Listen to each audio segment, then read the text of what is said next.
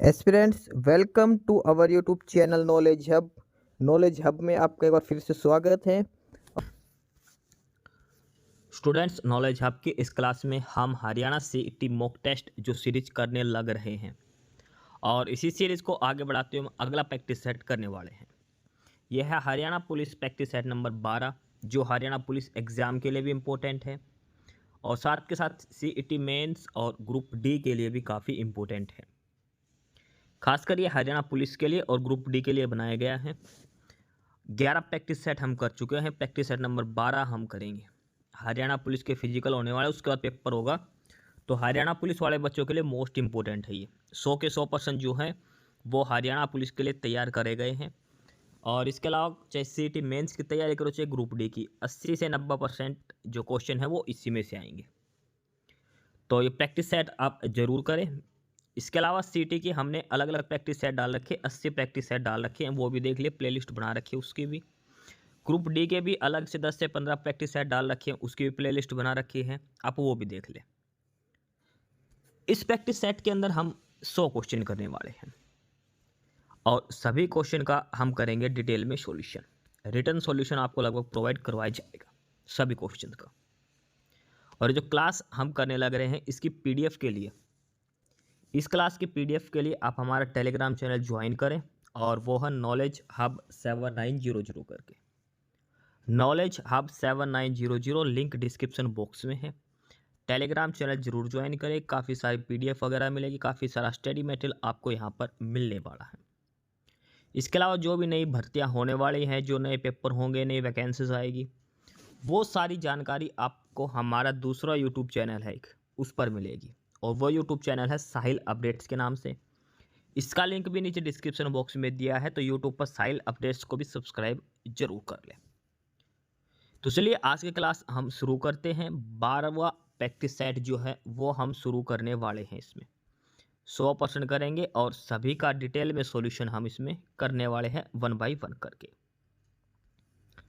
तो practice set number 12 और आज की क्लास का पहला क्वेश्चन जो दिया है वो ये दिया है कि किस वर्ष में पंचायती राज मंत्रालय बनाया गया था। मिनिस्ट्री ऑफ पंचायती राज ये कब बनाया गया था, यानी कि जो पंचायती राज के नाम से जो स्पेशल मिनिस्ट्री है, जो मंत्रालय है, वो कब बना था। 2003, 2004, 2002 या फिर 2001 के अंदर। इसमें देखो, भारत सरकार का पंचायती राज मंत्रालय मई 2004 में बनाया गया था। यह मंत्रालय पंचायती राज और स्थानीय स्वशासन से जुड़े मामलों की देखरेख करता था। इसका गठन 73वां संविधान संशोधन के बाद ग्रामीण निकायों को सशक्त बनाने के लिए किया गया था और मई 2004 में ये अलग मंत्रालय के रूप में स्थापित हुआ था। देखो, 73वां संविधान संशोधन है, पंचायती राज से संबंध है, 1993 के अंदर हुआ था ये। और पंचायती राज मंत्रालय बनाया गया था मई 2004 के अंदर। मई 2004 के अंदर। देखो, इसकी स्थापना की बात करें, 27 मई 2004 को एक अलग मंत्रालय के रूप में इसने काम करना शुरू करा था। इसका उद्देश्य था पंचायती राज संस्थाओं से संबंधित मामलों को देखना और विकेंद्रीकरण को बढ़ावा देना। पंचायती राज मंत्रालय का है। सबसे इंपॉर्टेंट क्वेश्चन एक और है यहाँ पे, और वो है राष्ट्रीय पंचायती राज दिवस। राष्ट्रीय पंचायती राज दिवस ये 24 अप्रैल को मनाया जाता है, क्योंकि 73वां संविधान संशोधन 24 अप्रैल 1993 से लागू हुआ था। देखो, 73वां संविधान संशोधन लागू हुआ था 24 अप्रैल 1993 से, इसलिए 24 अप्रैल को राष्ट्रीय पंचायती राज दिवस मनाते हैं। और पंचायती मिनिस्ट्री कब बनाई गई थी, ये 2004 के अंदर। ठीक है, पंचायती राज मंत्रालय 2004 मई 2004 में बनाया गया था। तो पहले प्रश्न का ऑप्शन सी आंसर हो जाएगा 2004। ठीक है, आराम से करने सारे क्वेश्चन तसल्ली से, एक एक पढ़कर आराम से। दूसरा प्रश्न है कि कौन से पूर्व प्रधानमंत्री मोरारजी देसाई के समय उप प्रधानमंत्री थे। यानी कि 4 ऑप्शन है, इनमें से एक ऐसा कौन सा नाम है जब प्राइम मिनिस्टर थे मोरारजी देसाई, उस समय डिप्टी प्राइम मिनिस्टर थे। मोरारजी देसाई जब प्रधानमंत्री थे उस समय उप प्रधानमंत्री कौन थे, ये बताना है। आई के गुजराल बीपी सिंह, चौधरी चरण सिंह या फिर अटल बिहारी वाजपेयी। देखो प्रधानमंत्री मोरारजी देसाई, इनका कार्यकाल था 1977 से 79 तक, मात्र 3 साल का, 2 साल का। इस कार्यकाल में 2 डिप्टी प्राइम मिनिस्टर थे, 2 उप प्रधानमंत्री थे, एक है चौधरी चरण सिंह और दूसरा है जगजीवन राम। 24 जनवरी 1979 को इन दोनों नेताओं को एक साथ उप प्रधानमंत्री के रूप में नियुक्त किया गया था। चौधरी चरण सिंह और जगजीवन राम एक साथ 2 ये उप प्रधानमंत्री बने थे। 24 जनवरी 1979 से लेकर 28 जुलाई 1979 तक जनता पार्टी की सरकार थी। जगजीवन राम, इनको रक्षा मंत्री का पद भी दिया गया था उप प्रधानमंत्री के साथ, और चौधरी चरण सिंह, इनको गृह मंत्री का भी पद दिया गया था उप प्रधानमंत्री के साथ। दोनों चीज ध्यान रखो, जगजीवन राम उप प्रधानमंत्री थे, साथ के साथ क्या थे, रक्षा मंत्री, और चौधरी चरण सिंह क्या थे, उप प्रधानमंत्री, साथ के साथ क्या थे, ये गृह मंत्री भी थे। दो उस समय उप प्रधानमंत्री बनाए गए थे। जनता पार्टी की ये सरकार थी, 1979 की ये बात है, ठीक है। प्रधानमंत्री थे मोरारजी देसाई। तो इसमें जो ऑप्शन दे रखा है उसके हिसाब से आंसर हो जाएगा चौधरी चरण सिंह, और दूसरा आपको नाम रखना जगजीवन राम, ऑप्शन बी उत्तर है। तीसरा प्रश्न है, संविधान का 99वां संशोधन किससे संबंधित है। 99वां संशोधन, देखो जीएसटी का था 101वां, जीएसटी संविधान संशोधन, जीएसटी का ये मान के चलो 101 रुपये का दान करना हमें जीएसटी के रूप में, तो 101वां संविधान संशोधन था जीएसटी का। नेशनल जुडिशियल अपॉइंटमेंट कमीशन ये बनाया गया था 99 का, ठीक है। ये सारे एक बार आपको दिखा देता हूं मैं। देखो पहले देखो 99वां संविधान संशोधन, भारत का 99वां संविधान संशोधन सर्वोच्च न्यायालय यानी कि सुप्रीम कोर्ट और उच्च न्यायालय यानी कि हाई कोर्ट में न्यायाधीशों की नियुक्ति के लिए राष्ट्रीय न्यायिक नियुक्ति आयोग, नेशनल जुडिशियल अपॉइंटमेंट कमेटी की स्थापना से संबंधित है। इससे न्यायाधीशों द्वारा न्यायाधीशों की नियुक्ति की पुराने कॉलेजियम प्रणाली को समाप्त करके नई, अधिक पारदर्शी और सहभागी प्रक्रिया स्थापित करने का प्रयास किया गया था।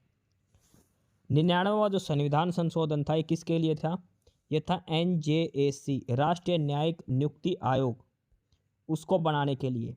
लेकिन इसको सुप्रीम कोर्ट ने असंवैधानिक घोषित कर दिया था 16 अक्टूबर 2015 को, असंवैधानिक घोषित इसको कर दिया था, ठीक है। 2015 गलत है, शायद 2025, देख लेना जो भी है इसको, ये गलत, ठीक है। ये असंवैधानिक घोषित कर दिया था नेशनल जुडिशियल अपॉइंटमेंट कमेटी। 99वां संविधान संशोधन है ये। इसके बाद अगला है, आगे वाला है 100वां संविधान संशोधन। 100वां संविधान संशोधन जो है ये किस किस के बीच में है, ये है भारत और बांग्लादेश के बीच ऐतिहासिक भूमि सीमा समझौता। भारत और बांग्लादेश के बीच भूमि सीमा समझौता किया गया था 100वां संविधान संशोधन 2015 के ही। इस संशोधन के माध्यम से 1974 के समझौते के अनुरूप दोनों देशों ने आपसी सहमति से विवादित क्षेत्र की अदला बदली करी थी। भाई कुछ भूमि भारत की बांग्लादेश को दे दी थी और कुछ बांग्लादेश की भारत में आ गई थी। देखो भारत ने 111 एनक्लेव बांग्लादेश को दे दिया और बांग्लादेश ने 51 एनक्लेव भारत को दे दिए थे। और इससे कौन कौन से राज्य पर इस संशोधन से भारतीय संविधान की पहली अनुसूची में संशोधन किया गया। इससे आसाम, पश्चिम बंगाल, मेघालय और त्रिपुरा की सीमाएं प्रभावित हुई थी। ये मोस्ट इम्पोर्टेंट है, ये ध्यान रखना। 100वां संविधान संशोधन भारत और बांग्लादेश के बीच में हुआ। इसके बाद है ये 101वां, और ये 101 हुआ था 2016 के अंदर जीएसटी से लेकर, ठीक है। ये सारे के सारे इम्पोर्टेंट हैं। इस संशोधन में संविधान में 3 धाराएं जुड़ी थी, 246A, 269A और 279A, 279A। तो प्रश्न नंबर 3 था 99वां संविधान संशोधन, और ये किसके लिए है, नेशनल जुडिशरी अपॉइंटमेंट कमीशन से संबंध में। हालांकि सुप्रीम कोर्ट ने रद्द कर दिया था, इसको भी ध्यान रखना। अगला है प्रश्न नंबर 4 कि भारतीय संविधान के अनुसार कैग यानी कि controller auditor general of India, इसका कार्यकाल कितना होता है। कैग का कार्यकाल बताना है। भारतीय संविधान के अनुसार कैग यानी कि नियंत्रण एवं महालेखा परीक्षक, इसका कार्यकाल 6 साल या फिर 65 साल तक होता है। भाई उम्र 65 साल या फिर कैग लगे हुए 6 साल तक आपका होता है। पहले राष्ट्रपति को अपना त्याग पत्र दे सकता है टाइम से पहले, या फिर सुप्रीम कोर्ट के न्यायाधीश के समान प्रक्रिया से पद से हटाया जा सकता है। वैसे टाइम पीरियड होता है 6 साल का, 6 साल या फिर 65 साल की आयु, जो भी पहले होगा वही रहेगा। राष्ट्रपति अपॉइंट करता है अनुच्छेद 148 के तहत। ये सारी बातें हैं। और वेतन मिलता है सुप्रीम कोर्ट के जज के बराबर, इसको वेतन और अधिकार प्राप्त होते हैं। Controller and auditor general of India CAG. तो चौथे प्रश्न का उत्तर हो जाएगा ऑप्शन सी 6 साल। प्रश्न नंबर 5 है कि इनमें से कौन दूसरी लोकसभा के अध्यक्ष थे? Speaker of the second Lok Sabha, Baliram Bhagat, Balram Jakhar, Ananthasayanam Ayyangar या के एस हेगड़े। देखो लोकसभा अध्यक्ष दोनों ध्यान रखना, सबसे पहले बने थे जीवी मावलंकर, गणेश वासुदेव मांगल 1952 से 1956 तक पहले लोकसभा अध्यक्ष थे जीवी मावलंकर। और दूसरे बने थे M.A. अयंकर 1956 से 1962। तीसरी बार फिर बने थे आगे सरदार हुकम सिंह, नीलम संजीव रेड्डी, ये सारे आगे बने थे। पहला ध्यान रखना गणेश वासुदेव मावलंकर था, दूसरा था M.A. अयंकर। तो प्रश्न नंबर 5 का ऑप्शन बी आंसर हो जाएगा, M.A. अयंकर इनका नाम था, दूसरे लोकसभा अध्यक्ष थे ये। तीसरा प्रश्न है कि ताप्ती नदी के किनारे आयोजित सूरत अधिवेशन में भारतीय राष्ट्रीय कांग्रेस के 2 दल में विभाजित हुआ, तो कब हुआ था ये सूरत अधिवेशन? कब हुआ था? 1916 में, 1919, 1909 या फिर 1907 में? तो इसमें देखो भारतीय राष्ट्रीय कांग्रेस ताप्ती नदी के तट पर आयोजित 1907 का सूरत अधिवेशन, और इसमें भारतीय राष्ट्रीय कांग्रेस 2 भागों में बट गई थी, नरम दल और गरम दल। इसको सूरत विभाजन भी कहा जाता है। और कांग्रेस के इस अधिवेशन की अध्यक्षता किसने करी थी? रास बिहारी घोष ने। रास बिहारी घोष चेयरमैन थे इसके, इस अधिवेशन की अध्यक्षता कर रहे थे। 1907 की बात सूरत में हुआ था, ताप्ती नदी के किनारे। नरम दल और गरम दल 2 भागों में बट गए थे। गरम दल के 3 नेता थे, लाला लाजपत राय, विपिन चंद्र पाल और बाल गंगाधर तिलक। लाल बाल पाल के नाम से इनको जानते थे। 1907 सूरत समझौता, सूरत विभाजन। तो प्रश्न नंबर 6 का हमारा क्या उत्तर हो जाएगा? Option D 1907। देखो आराम से सारे क्वेश्चन करने हैं, तसल्ली से। हर क्वेश्चन का आपको सॉल्यूशन दिया गया है नीचे। इसकी पीडीएफ आपको मिलेगी टेलीग्राम चैनल पर, लिंक वो भी डिस्क्रिप्शन बॉक्स में दिया है, नॉलेज हब टेलीग्राम चैनल पर। आगे प्रश्न नंबर 7, 1875 में मोहम्मद एंग्लो ओरिएंटल कॉलेज की स्थापना किसने करी, जो बाद में अलीगढ़ मुस्लिम यूनिवर्सिटी बना था? देखो जो अलीगढ़ मुस्लिम यूनिवर्सिटी है, इसका पहले नाम क्या था? Mohammedan Anglo Orient college. तो इसकी स्थापना हुई थी कब? 1875 में। किसने करी थी? तो वो इसकी स्थापना करी थी मोहम्मद एंग्लो ओरिएंट कॉलेज की, वो करी थी सैयद अहमद खान ने। सैयद अहमद खान ने 1875 में करी थी। वर्तमान में इसको अलीगढ़ मुस्लिम यूनिवर्सिटी के नाम से जानते हैं। ऑप्शन डी आंसर हो जाएगा इस प्रश्न का। अगला है प्रश्न नंबर 8, जब कीमतें भाई किसी भी वस्तु की कीमत प्रति वर्ष 20% से लेकर 100% तक बढ़ जाती है या फिर इससे अधिक बढ़ती है, तो उसको कौन सी महंगाई कहा जाता है? क्या कहा जाता है उसको? Rampant inflation, rapid inflation, mild inflation या फिर हाइपर इन्फ्लेशन? किस प्रकार की ये महंगाई मुद्रास्फीति इसको कहा जाता है जब कीमत हर साल 20% से लेकर 100% बढ़ जाए? तो ये देखो जब कीमत 20% से लेकर 100% बढ़ जाए उसको कहा जाता है हाइपर इन्फ्लेशन या फिर अति मुद्रास्फीति। हाइपर इन्फ्लेशन या फिर अति मुद्रास्फीति, और ये इसका मतलब है कि पैसे की वैल्यू बिल्कुल ख़त्म हो जाती है। ठीक है, कहाँ कहाँ हुआ था ये हुआ था जिम्बाब्वे के अंदर एक बार, तो 2000 के दशक के अंदर जिम्बाब्वे में हुआ था, और जर्मनी के अंदर हुआ था 1920 के अंदर। हाइपर इन्फ्लेशन, एकदम से सारी चीज़ों की महंगाई बढ़ जाती है। मेन कारण क्या है इसका? सरकार एकदम से बहुत सारे नोट छाप देती है। इस वजह से ये तभी तो बोलते भाई, कहते हैं गरीबी मिटाने के लिए सरकार नोट क्यों नहीं छापती? इस वजह से नहीं छापती। सरकार हमेशा लिमिटेड नोट ही छापती है हर साल, ज़्यादा करेंसी छाप देती है, इस वजह से हाइपर इन्फ्लेशन हो जाता है। तो इसका आंसर हो जाएगा ऑप्शन डी, हाइपर इन्फ्लेशन उसको कहा जाता है। प्रश्न नंबर 9 है कि कौन सा बैंक 1880 में ब्रिटिश बैंक ऑफ इंडिया के तहत भारत में स्थापित अर्ध केंद्रीय बैंकों में नहीं था? Which bank was not one of the quasi-central bank established in India under British East India Company in 1880? 1880 में ब्रिटिश ईस्ट इंडिया कंपनी ने बैंक खोले थे 3, तो उनमें से कौन सा बैंक नहीं था 4 ऑप्शन में से? तो देखो 1880 में ब्रिटिश ईस्ट इंडिया कंपनी के तहत स्थापित अर्ध केंद्रीय बैंक में बैंक ऑफ त्रावणकोर नहीं था। ईस्ट इंडिया कंपनी ने 3 खोले थे, एक bank of Bengal 1809, bank of Bombay 1840 और बैंक ऑफ मद्रास 1843। ये 3 खोले थे, बंगाल, बॉम्बे और मद्रास। उसके बाद 1921 में 1921 में इन तीनों को मिलाकर क्या बना दिया था? इंपीरियल बैंक ऑफ इंडिया बन गया था। और 1955 में इसका नाम क्या रख दिया था? स्टेट बैंक ऑफ इंडिया इसका नाम रखा गया था। ठीक है, 1921 में इन तीनों बैंकों को मिलाकर इंपीरियल बैंक ऑफ इंडिया बनाया था और 1955 में इसका नाम स्टेट बैंक ऑफ इंडिया रख दिया था, बैंक ऑफ बंगाल, मद्रास और बॉम्बे का। इसके अलावा इलाहाबाद बैंक बना था 1865 में।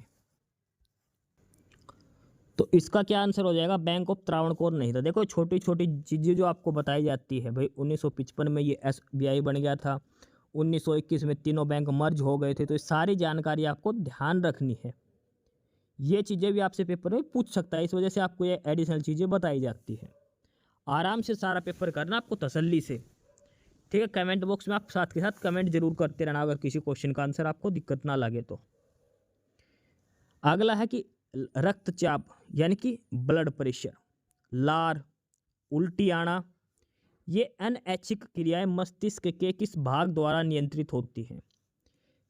अनैच्छिक क्रियाएं मतलब जिन पर हमारी कोई कंट्रोल नहीं है, अपने आप होती है। बीपी बढ़ना, कम होना, हम अपनी मर्जी से नहीं रोक सकते उसको। भाई बीपी मेरा मन कर गया कम कर लिया, एकदम से बढ़ा दिया। लार आती है मुंह में, मेरा मन कर गया मुंह में लार बन गई, वोमिटिंग आना, तो ये सारा हिस्सा कौन कंट्रोल करता है? तो ये करता है मेंडुला ओब्लांगेटा। मेंडुला ओब्लांगेटा है, ये सारी चीज़ें काम करता है। ऐसी क्रियाएं जो हम कंट्रोल नहीं कर सकते वो सारी। प्रश्न नंबर 11 है कि कुत्तों में प्रजनन के दौरान चक्रीय परिवर्तन क्या कहलाते हैं? What are the cyclic changes during reproduction in dogs? तो उसको बोलते हैं stress cycle. Option B answer हो जाएगा, स्ट्रेस साइकिल। इस क्लास की PDF के लिए आप हमारा टेलीग्राम चैनल ज्वाइन करें, नॉलेज हब 7900, डिस्क्रिप्शन बॉक्स में उसका लिंक दिया गया है। नेक्स्ट क्वेश्चन है क्वेश्चन नंबर 12। मानव शरीर में ग्लूकोज कहाँ संचित होता है? Where is glucose stored in human body? देखो मानव शरीर में अतिरिक्त ग्लूकोज लीवर में ग्लाइकोजन की फॉर्म में जमा होता है। लीवर के अंदर जमा होता है ग्लाइकोजन की फॉर्म में, लीवर और मसल्स में। जब शरीर को ऊर्जा की आवश्यकता होती है तो यह संग्रहित ग्लाइकोजन वापस ग्लूकोज में टूट जाता है। ग्लूकोज जो है वो शरीर में स्टोर होता है ग्लाइकोजन की फॉर्म में, जब जरूरत होती है उस समय टूट जाता है वापस ग्लूकोज की फॉर्म में। ठीक है, जो मोटापा होता है इस पर वसा जम जाती है, इस वजह से हो जाता है। तो कहाँ स्टोर होता है ये? लीवर के अंदर। तो क्वेश्चन नंबर 12 का क्या आंसर हो जाएगा? ऑप्शन ए, लीवर के अंदर ग्लूकोज स्टोर होता है। आगे है क्वेश्चन नंबर 13। प्रश्न नंबर 13 दिया है पेंटेन। पेंटेन का फार्मूला है C5H12 के द्वारा दर्शाए गए संरचनात्मक आइसोमर की कुल संख्या कितनी होती है? Total number of structural isomer represented by pentane. Pentane का फार्मूला है C5H12। देखो पेंटेन द्वारा दर्शाए गए स्ट्रक्चरल आइसोमर 3 हैं। कौन कौन सा? पहले तो है एन पेंटेन, एक स्ट्रेट लाइन बनेगी, ये है N pentane, CH3 CH2 CH2 CH2 CH3। दूसरी है आइसोपेंटेन या फिर 2 मिथाइल ब्यूटेन, उसमें ये इस टाइप का स्ट्रक्चर बनता है इसका। ठीक है, और तीसरा है नियोपेंटेन, इसको बोलते हैं 2,2 डाई मिथाइल प्रोपेन, ये ऐसा स्ट्रक्चर बनता है। तो इसके 3 स्ट्रक्चरल आइसोमर्स बनते हैं पेंटेन के। ठीक है, अलग अलग स्ट्रक्चर इनके बनते हैं पेंटेन के 3। प्रश्न नंबर 13 का आंसर हो जाएगा ऑप्शन बी, 3 बनते हैं इसके स्ट्रक्चर। देखो आराम से क्वेश्चन करने हैं तसल्ली से, और इस क्लास की PDF आपको टेलीग्राम चैनल पर मिलेगी, ज्वाइन कर लेना वो। आगे है प्रश्न नंबर 14 कि डायलिसिस प्रोसेस के अंदर क्या होता है। डायलिसिस जो किडनी का हम करते हैं, किडनी में डायलिसिस प्रोसेस होता है किडनी के अंदर, जहाँ से पानी जो एक्स्ट्रा पानी है वो निकाला जाता है डायलिसिस के माध्यम से। तो उसमें क्या प्रोसेस होता है, तो वो होता है ऑस्मोसिस प्रोसेस। ऑस्मोसिस प्रोसेस के माध्यम से डायलिसिस क्रिया करी जाती है, जिससे शरीर में अतिरिक्त पानी को बाहर निकाला जाता है। ऑप्शन ए आंसर हो जाएगा। प्रश्न नंबर 15 है कि बारूद में सल्फर की उपस्थिति क्या काम करती है। बारूद के अंदर जो सल्फर होता है वो क्या काम करता है। तो बारूद का जो सल्फर होता है उसका क्या काम का है, जो इग्निशन टेम्परेचर होता है उसको कम कर देना, lowers the ignition temperature. Option A उत्तर हो जाएगा इसका। प्रश्न नंबर 16 दिया है आगे, HCl जो है, जो हाइड्रोक्लोरिक एसिड जो है, वो किसके साथ रिएक्ट नहीं करता। हाइड्रोक्लोरिक एसिड किस एलिमेंट के साथ रिएक्शन नहीं करता, मैग्नीशियम, एल्यूमिनियम, कॉपर या फिर लिथियम। तो देखो, copper is the most common element that does not react with dilated hydrochloric acid. HCl के साथ जो रिएक्ट नहीं करता वो एलिमेंट है कॉपर। इसके अलावा सिल्वर, गोल्ड और मरकरी है। ठीक है, सिल्वर, गोल्ड और मरकरी भी इसके एग्जाम्पल, लेकिन कॉपर सबसे बड़ा एग्जाम्पल है जो HCl के साथ रिएक्ट नहीं करता है। तो इसका आंसर क्या हो जाएगा, कॉपर। ऑप्शन बी आंसर हो जाएगा प्रश्न नंबर 16 का। प्रश्न number 17 liquid transmit equal amount of pressure in all direction. ये कौन सा लॉ है भाई, जैसे हमने टोटल प्रेशर P है, किसी एक पॉइंट से लगाया अलग अलग डायरेक्शन में, तो सभी पर पॉइंट लगेगा, इस पर P1 प्रेशर, इस पर P2, इस पर P3। लेकिन जो टोटल प्रेशर P है वो क्या रहेगा, हमेशा P1 plus P2 plus P3, और P1 P2 P3 सारे बराबर रहेंगे।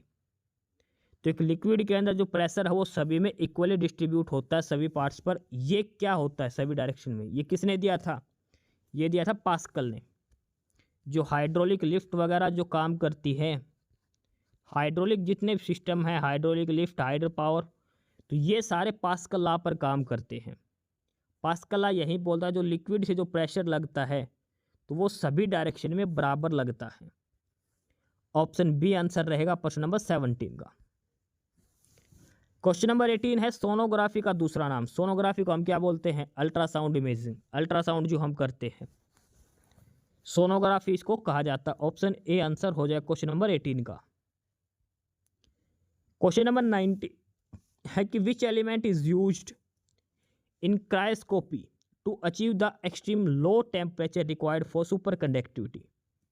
सुपर कंडक्टिविटी के लिए अत्यंत निम्न तापमान प्राप्त करने के लिए क्रायोस्कोपी में क्या होती है, कौन सी गैस होती है, आर्गन, नियोन, क्रिप्टॉन या फिर हीलियम। तो सुपर कंडक्टिविटी के लिए क्रायोस्कोपी में क्या कौन सी गैस होती है, वो होती है helium gas. Liquid helium gas होती है। ऑप्शन बी, डी आंसर होगा, option D helium. Question number 20 प्रश्न नंबर 20 दिया है, देश के सर्वश्रेष्ठ 64 दोहाकारों में किस युवा लेखक के दोहों का चयन किया गया था, हरियाणा का था एक। Which young Haryanvi writer couplet have been selected among the country's 64 best couplet writers. देश के 64 दोहा सुनाने वाले जो है उनमें से कौन सा हरियाणा का सिलेक्ट किया गया था। तो हरियाणा से जो सिलेक्ट हुआ था वो था doctor Satyavan Saurabh. Doctor Satyavan Saurabh. Option A answer हो जाए क्वेश्चन नंबर 20 का। क्वेश्चन नंबर 21 है, हिसार मेट्रोपॉलिटन डेवलपमेंट अथॉरिटी का नया नाम क्या रखा गया है। हिसार मेट्रोपॉलिटन डेवलपमेंट अथॉरिटी, तो इसका नया नाम रखा गया Hisar Agroha metropolitan development authority. Agroha को इसके नाम के साथ शामिल कर लिया गया है। पहले तो यह अकेला हिसार मेट्रोपॉलिटन डेवलपमेंट अथॉरिटी था, अब इसमें अग्रोहा भी शामिल कर लिया गया है। तो ऑप्शन बी आंसर हो जाए क्वेश्चन नंबर 21 का। प्रश्न नंबर 22 दिया है कि हरियाणा सरकार ने आपातकाल सत्याग्रह की पेंशन को 10,000 से बढ़ाकर कितना प्रति माह कर दिया है। The Haryana government has increase the pension of emergency satyagrahis from 10,000 to how much per month. तो इनको पहले मिलती थी 10,000 पेंशन, अब वो नायब सैनी ने बढ़ाकर कितनी कर दी है, 20,000 पेंशन अब उनकी कर दी है सत्याग्रहियों की। ऑप्शन सी आंसर हो जाएगा प्रश्न नंबर 22 का। प्रश्न नंबर 23 दिया है, अंतरराष्ट्रीय प्रकृति संरक्षण संघ the international union for conservation of nature यानी कि IUCN, इन्होंने पाक खाड़ी में स्थित, पाक जल स्टेट कहाँ है, भारत और श्रीलंका के बीच में है ना पाक स्टेट, वहाँ पाक खाड़ी में स्थित भारत का पहला संरक्षण रिजर्व को समुद्री जैव विविधता संरक्षण के लिए वैश्विक मॉडल के रूप में मान्यता देते हुए एक प्रस्ताव पारित किया है। यह रिजर्व किस राज्य में है? क्या पूछा है? IUCN ने एक रेजोल्यूशन पास किया है, इंडिया का पहला कंजर्वेशन बना है, उसका नाम है पाक बे, पाक खाड़ी, PALK। तो ये पूछा जो पाक खाड़ी है ये कहाँ पर है, कर्नाटक, केरल, आंध्र प्रदेश या फिर तमिलनाडु। देखो आपने एक पाक स्टेट सुना होगा, PALK, पाक स्टेट, जलमरुदु मध्य बोलते जो भारत और श्रीलंका के बीच में है, भारत के अंडर में है पाक खाड़ी। तो ये कहाँ पर है? तो देखो तमिलनाडु सरकार के द्वारा अधिसूचित पाक खाड़ी में स्थित भारत का पहला डुगोंग संरक्षण रिजर्व को IUCN ने मान्यता दे दी है।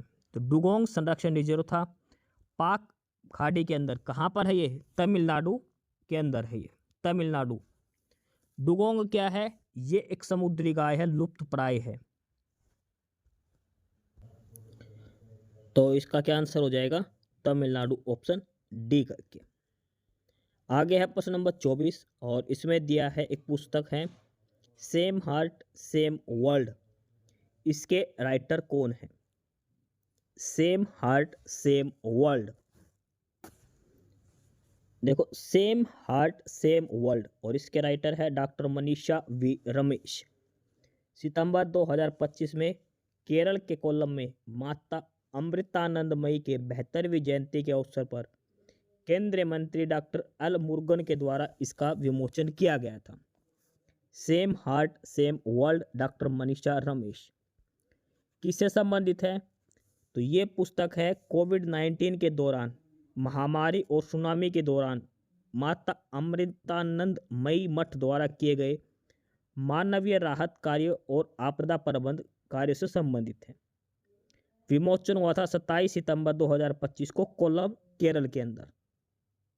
तो इसके राइटर कौन है? Doctor Manisha V Ramesh, option B answer होगा। क्वेश्चन नंबर 25, काफ़ी अच्छा क्वेश्चन है ये, और ये है टीम मेलोडी का। प्रधानमंत्री नरेंद्र मोदी ने इटली की प्रधानमंत्री जॉर्जिया मेलोनी की आत्मकथा का अनावरण किया, इस पुस्तक का क्या शीर्षक है? इटालियन जो प्राइम मिनिस्टर है जॉर्जिया मेलोनी, इसकी ऑटोबायोग्राफी है, इसको अनवील किया था प्राइम मिनिस्टर नरेंद्र मोदी ने। तो इस बायोग्राफी का, ऑटोबायोग्राफी का क्या नाम है? तो इसका नाम है I am Georgia my roots my principles. I am Georgia my roots my principle, option A answer हो जाएगा इसका।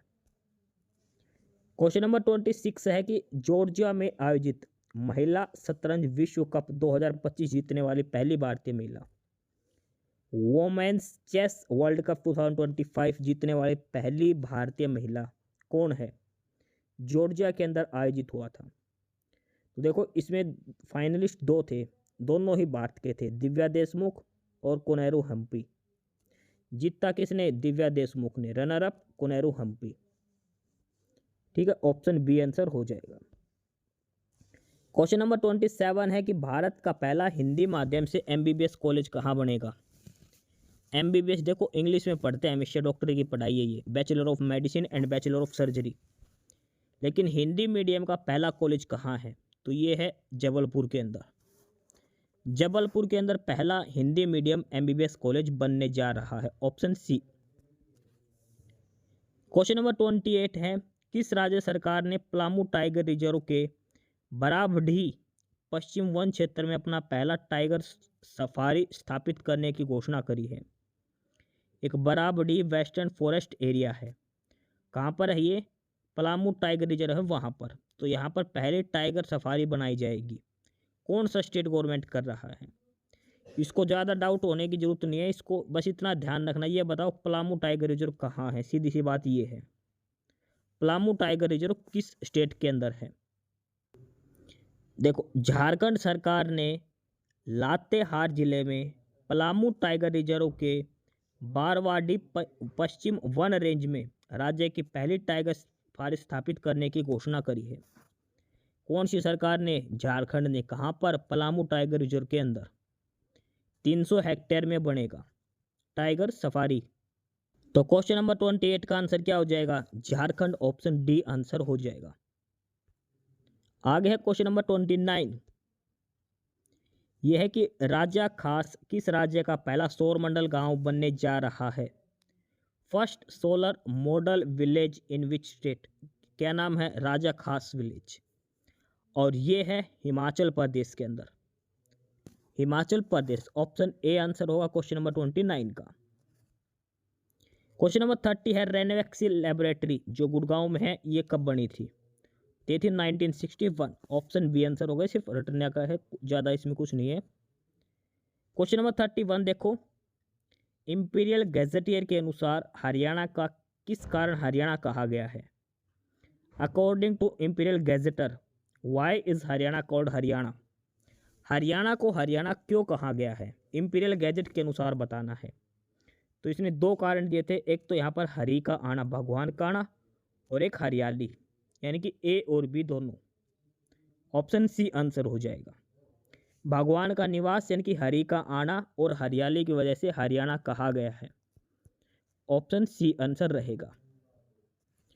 क्वेश्चन नंबर 32 प्रश्न नंबर 32 दिया है आगे कि महाभारत काल में शताब्दियों पूर्व आर्यवंशी कुरुओं ने इस प्रदेश में किस युग का आरंभ किया था? आर्य जो कुरु आए थे महाभारत काल में, तो उन्होंने कौन सा युग शुरू करा था? तो इन्होंने करा था कृषि युग, agricultural era. Option A answer हो जाएगा क्वेश्चन नंबर 32 का। देखो आराम आराम से करना है, मेरी स्पीड थोड़ी तेज है तो स्लो कर लो, स्पीड स्लो है तो आप अपने बढ़ा सकते हो, दोनों ही काम कर सकते हैं। फटाफट से क्वेश्चन करने, सारे क्वेश्चन इसलिए फटाफट करवा रहा हूँ मैं, ठीक है। पीडीएफ आपको टेलीग्राम चैनल पर मिलेगी, लिंक डिस्क्रिप्शन बॉक्स में है। क्वेश्चन नंबर 33 है, राजा नाहर सिंह का महल का आरंभिक भाग उसके किस पूर्वज ने बनवाया था? देखो, राजा नाहर सिंह और इसका संबंध कहाँ से था? बल्लभगढ़ से। बल्लभगढ़ या फिर बलरामगढ़, फिर भी नहीं समझ में आए तो फरीदाबाद, ठीक है, कुछ भी मिल सकता है आपको। बल्लभगढ़ रियासत से कौन संबंधित था? राजा नाहर सिंह। नाहर सिंह स्टेडियम कहाँ है? फरीदाबाद के अंदर है।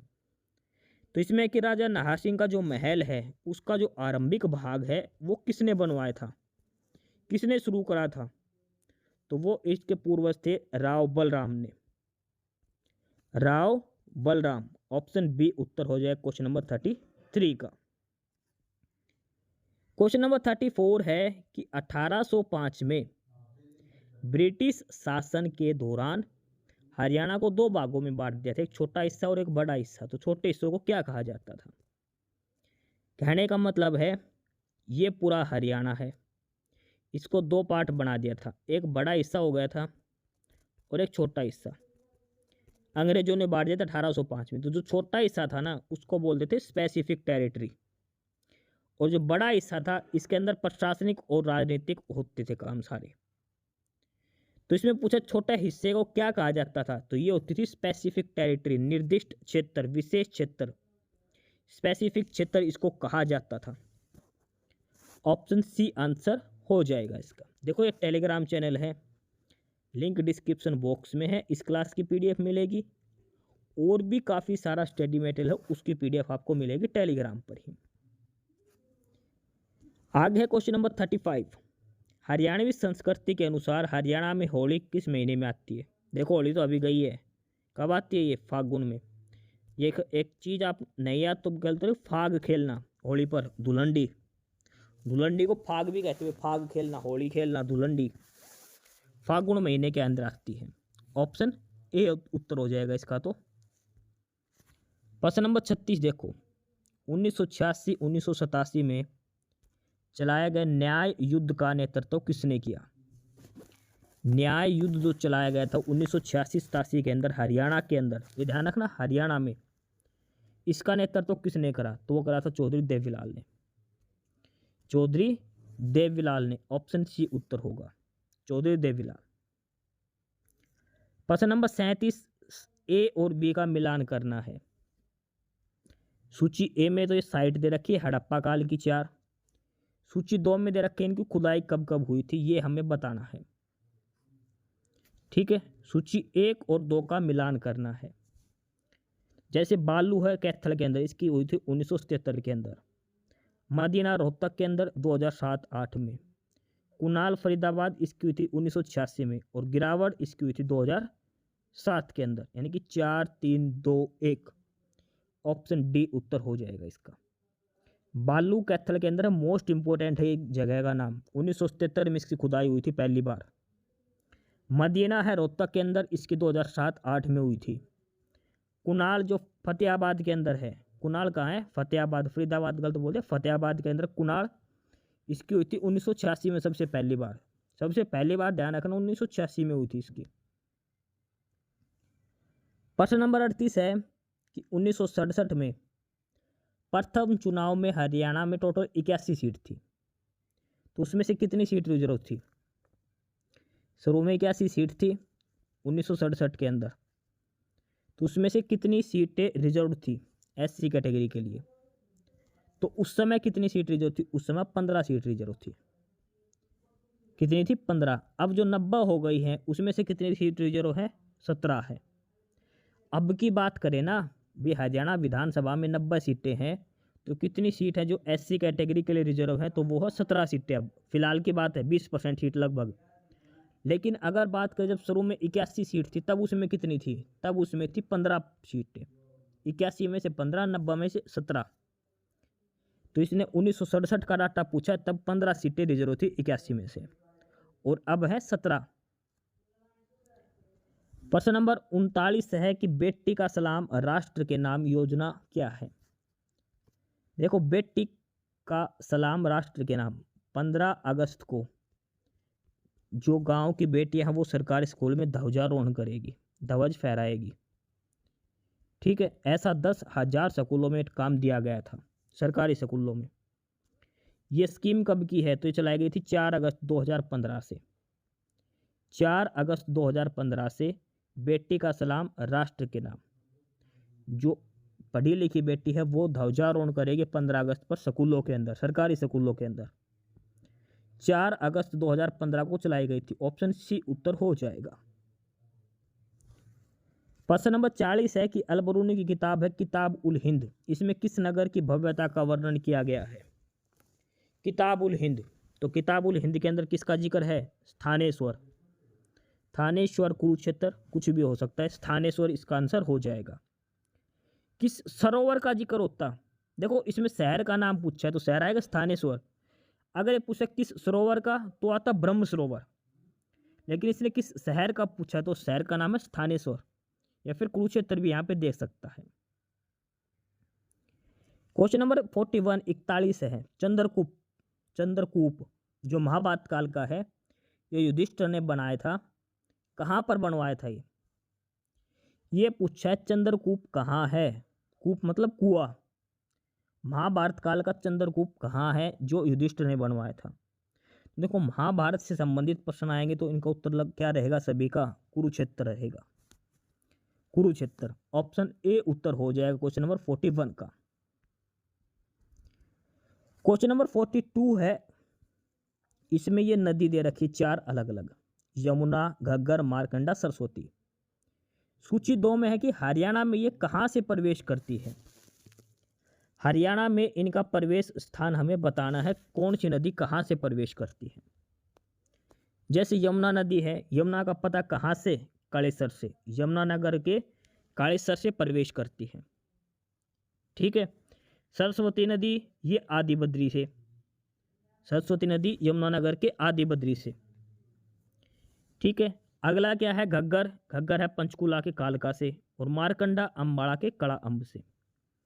3 4 2 1 ऑप्शन सी उत्तर हो जाएगा इसका। सारा ध्यान रखना, मोस्ट इंपोर्टेंट है। नदियां हरियाणा में कहां से प्रवेश करती हैं। क्वेश्चन नंबर 43 प्रश्न नंबर 43 दिया है, किस झील के अंतर्गत स्वर्ण जयंती हेरिटेज पार्क बनाया गया है। स्वर्ण जयंती हेरिटेज पार्क हरियाणा की बात हो रही, ध्यान रखना, तो ये बनाया चिल्ली झील पे। चिल्ली झील के ऊपर स्वर्ण जयंती हेरिटेज पार्क बनाया गया है। ऑप्शन ए आंसर होगा 43 का। क्वेश्चन नंबर 44 है, कौन सा जैन ग्रंथ 1ली से 3री शताब्दी तक हरियाणा में सामाजिक, धार्मिक और सांस्कृतिक जीवन के बारे में जानकारी देता है। जैन ग्रंथ पूछा है जो हरियाणा के सामाजिक, धार्मिक और सांस्कृतिक के बारे में जानकारी देता है, तो भद्रबाहु चरित्र भी है, प्रशिष्ट पर्व भी है और कथा पुस्तक। उपरोक्त सभी आंसर हो जाएगा इसका। Question number 44 option D answer हो जाएगा। अगला है क्वेश्चन नंबर 45, एक उर्दू साहित्य है दास्तान ए मजदूर। दास्तान ए मजदूर ये किसने लिखी है। उर्दू लिटरेचर दास्तान ए मजदूर, तो ये लिखी है भागीरथ लाल जख्मी। भागीरथ लाल जख्मी ऑप्शन ए आंसर होगा 45 का। क्वेश्चन नंबर 46 दिया है कि कुरुक्षेत्र विश्वविद्यालय की पांडुलिपि संग्रहालय में नाथ समुदाय कितने ग्रंथ मिले हैं। कुरुक्षेत्र विश्वविद्यालय की पांडुलिपि संग्रहालय में नाथ समुदाय के कितने ग्रंथ मिले हैं। तो देखो, कुरुक्षेत्र विश्वविद्यालय कुरुक्षेत्र यूनिवर्सिटी के पांडुलिपि संग्रहालय, जो पांडुलिपि लाइब्रेरी है, म्यूजियम है, वहां पर नाथ संप्रदाय से संबंधित 5 अत्यंत दुर्लभ ग्रंथ पाए गए हैं। 5 ग्रंथ पाए गए हैं कुरुक्षेत्र के पांडुलिपि संग्रहालय के अंदर। कुरुक्षेत्र यूनिवर्सिटी स्थापना हुई थी 11 जनवरी 1956 को। ग्रंथ है 5, नाथ संप्रदाय से संबंधित है। तो क्वेश्चन नंबर 46 का आंसर हो जाएगा ऑप्शन बी, 5 मिले हैं ये। उसके बाद आगे है क्वेश्चन नंबर 47 नंबर, कि हरियाणा के किस जिले में सोम नदी के किनारे पथराड़ा बांध। देखो, पथराड़ा बांध नाम सुनते ही नाम आना चाहिए सोम नदी का। जिला यमुनानगर। सोम नदी यमुनानगर जिला, पथराड़ा बांध 1875। ऑप्शन बी आंसर हो जाएगा इसका। आगे क्वेश्चन नंबर 48, एक नोवेल है टूटा हुआ आदमी, इसके राइटर कौन है। ऑथर कौन है नोवेल के, टूटा हुआ आदमी नोवेल के, तो ये है मोहन चोपड़ा। मोहन चोपड़ा। क्वेश्चन नंबर 49, और ये यहां से शुरू होता है हमारा गणित का काम। अब हम करेंगे गणित के क्वेश्चन। प्रश्न नंबर 49, सवाल नंबर 49, एक चुनाव में 2 उम्मीदवार हैं। 80% मतदाताओं ने वोट डाले, इसमें से 5% वोट अवैध हो गए। विजयी उम्मीदवार को 70% वैध मत मिले और वो 36,480 वोटों से जीत गया। तो टोटल कितने वोटर्स थे ये बताना है। ठीक है, टोटल कितने वोटर्स थे ये हमने बताना है। भाई हमने मान लिया, देखो क्वेश्चन में क्या दे रखा है कि गांव के अंदर 100 वोटर थे। 100 वोटर थे, उसमें से 80 लोगों ने वोट डाला, खाली 20 ने वोट नहीं डाला।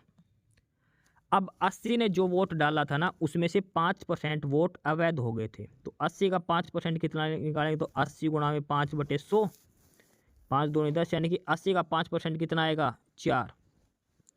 80 में से 4 वोट अवैध घोषित हो गए थे। टोटल वैलिड वोट कितने बच गए फिर, 76 वोट बच गए। 76 का 70% जो है वो तो जीतने वालों को मिला है, तो हारने वाले को कितना मिला, वो टोटल 30% वोट। कितने परसेंट वोटों से जीता ये, 40% वोटों से जीत गया। भाई टोटल 76 वोट बच गए थे। 76 में से 70% तो मिले हैं एक को जो जीत गया वो, और जो हारा है तो उसको कितने मिलेंगे, 30% ही मिलेंगे। तो कितने परसेंट वोटों का फर्क हो गया, 40% वोटों का। तो 76 का 40% निकालो पहले। तो 76 का 40% निकालेंगे, 76 गुणा 40/100 करेंगे 2 दूनी 4, 2 पाँचे 10, ये करेंगे तो 6 दूनी 12 और 7 दूनी 14 और 1 15, 152/5। 152/5 का मतलब 5 या 15, 30.4 4 आ गया। कहने का मतलब है कि 30.4 वोटों से वो जीतता है, लेकिन इसका मान कितना दे रखा 30.4 का 36,480। तो हमने टोटल वोट बताने, टोटल वोट थे कितने 100 का मान बताना है, तो इसको भाग दे दें किससे 30.4 से, 100 करने के लिए गुणा में 100। ठीक है, यानी कि इसको 304 से काट दो 36,480 को, तो पहले तो 1 पर जाएगा, फिर बचेगा 60 से, फिर आगे 8 लगाएंगे तो 2 पे चला जाएगा, यानी कि 12 और उसके बाद 000, 1,20,000। क्या ऑप्शन हो जाएगा 1,20,000। ऑप्शन बी आंसर आ जाएगा इसका। 100 वोट मान लिए, 100 में से 80 लोगों ने वोट डाला, 4% अवैध थे, तो बचे कितने 76। 76 में से जीतने वाले को मिले हैं 70%, 76 का 70% निकाल दो, हारने वाले को कितने मिलेंगे 30%। इन दोनों का अंतर निकालेंगे तो वो आएगा 30.4 वोटों का, लेकिन वो अंतर दे किसके बराबर रखा है 36,480 के। 100 का मान निकालना है, फिर ऑप्शन बी उत्तर हो जाएगा इस सवाल का। सवाल नंबर 50 देखो, गणित का ही सवाल है, आगे लाभ हानि का है। एक विक्रेता ने अपनी प्रत्येक वस्तु का विक्रय मूल्य 5,000 से घटाकर 4680 रुपये कर दिया। इससे उसका हानि परसेंट में 4% की वृद्धि हुई। यदि वो 4% लाभ कमाना चाहता तो विक्रय मूल्य क्या होगा, ये बताना है। देखो इसमें दिया है कि पहले कोई आदमी एक वस्तु को 5,000 में बेचता था, उसने वो वस्तु बेच दी 4680 रुपये में एक बार, तो उससे उसकी हानि 4% का फर्क आ गया, हानि 4% बढ़ गई। 5,000 को बेचने पर जो लॉस था वो तो अलग से, लेकिन 4680 रुपये में बेचने पर उसकी हानि ज़्यादा हुई है, कितनी 4%। तो कहने का मतलब क्या है कि 4% की वैल्यू कितनी हो गई, 5,000 में से 4680 गए तो कितना बच गया, ये 320 रुपया। 4% का मान 320 ही तो हो गया भाई। 5,000 की चीज़ बेचता था पहले, अब बेच दी 4680 में, तो हानि हो गई 4% की। ये करो तो कितने का अंतर है 320 का अंतर है, तो 4% की वैल्यू 320, तो 100% की कितनी आ जाएगी, 4 से काटें तो 4 8 32, कितनी आ गई 8,000 रुपये। 8,000 रुपये का मतलब क्या आ गया, देखो लाभ और हानि हमेशा क्रय मूल्य पर होता है ना, तो इसकी कॉस्ट प्राइस कितनी आ गई 8,000 रुपये आ गई। उस वस्तु का क्रय मूल्य कितना आ गया 8,000 रुपये आ गया।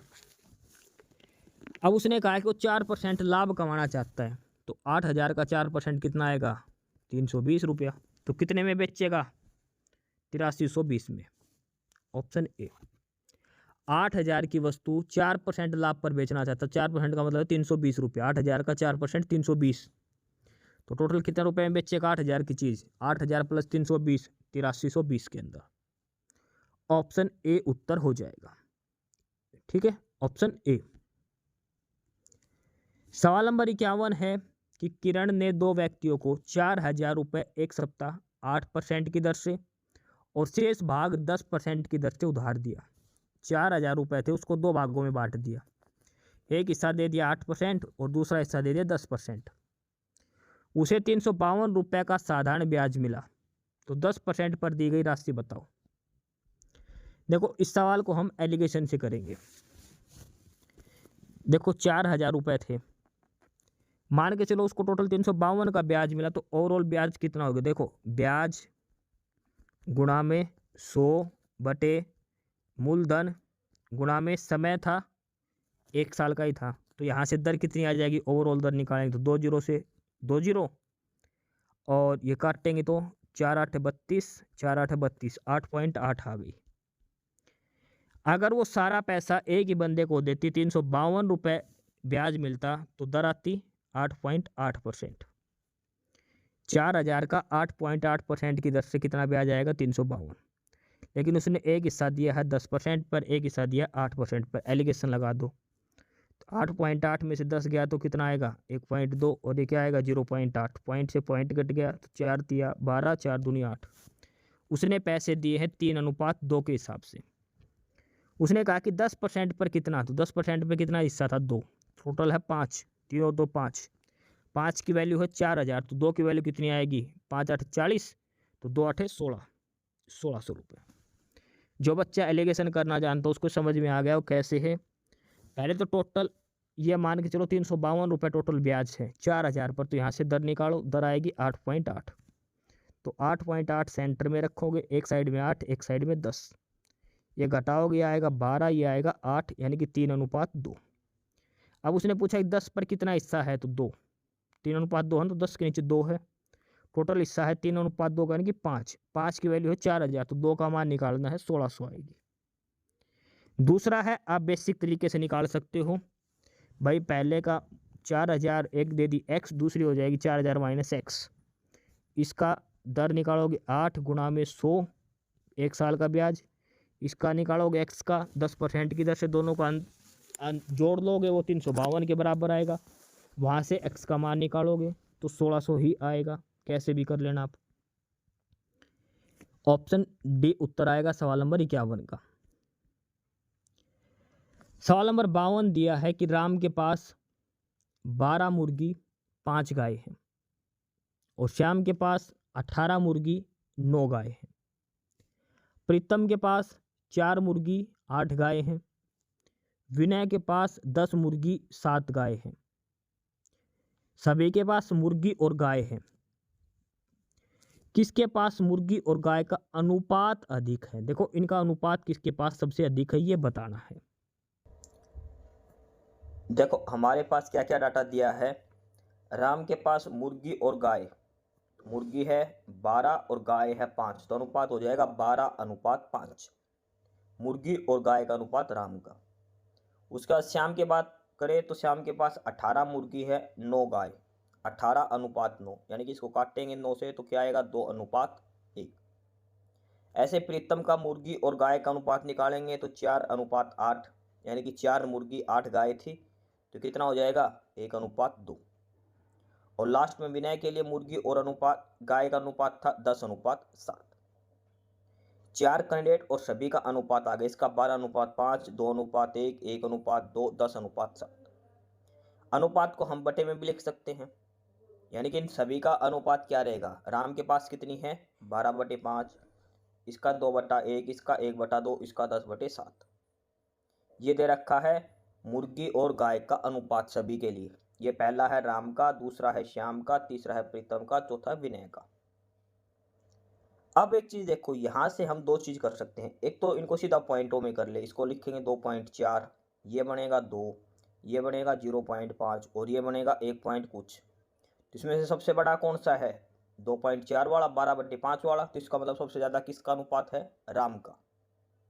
एक तो तरीका है ये भाई, इसको सीधा पॉइंटों में बढ़ा लो, छोटी छोटी चीजें हैं, तो 2.4 ये सबसे ज्यादा है, तो सबसे बड़ा अनुपात हो गया राम का। पहला तरीका तो है ये डायरेक्ट, अगर आप करना चाहो तो इनको सीधे पॉइंटों में बना लो, ये 2.4 हो जाएगा, ये 2 हो जाएगा, ये 0.5, ये 1 पॉइंट समथिंग, तो सबसे बड़ा तो आएगा ये। दूसरा क्या तरीका है, अब ये नहीं पता कौन सी भिन्न बड़ी है, ये भिन्न बन गई हमारे पास 4 अलग अलग, तो इन सभी का जो हर दिया है नीचे डिनोमिनेटर दिया है, इसका एलसीएम ले लो। एलसीएम लेने का मतलब है कि इन सभी को बराबर बना लो नीचे वाले को, तो 5, 1, 2 और 7, इसका जब एलसीएम लेंगे तो इसका एलसीएम आएगा 70। कितना आएगा 70 एलसीएम आएगा इसका, ठीक है। 5, 1, 2, 7 का एलसीएम आएगा 70।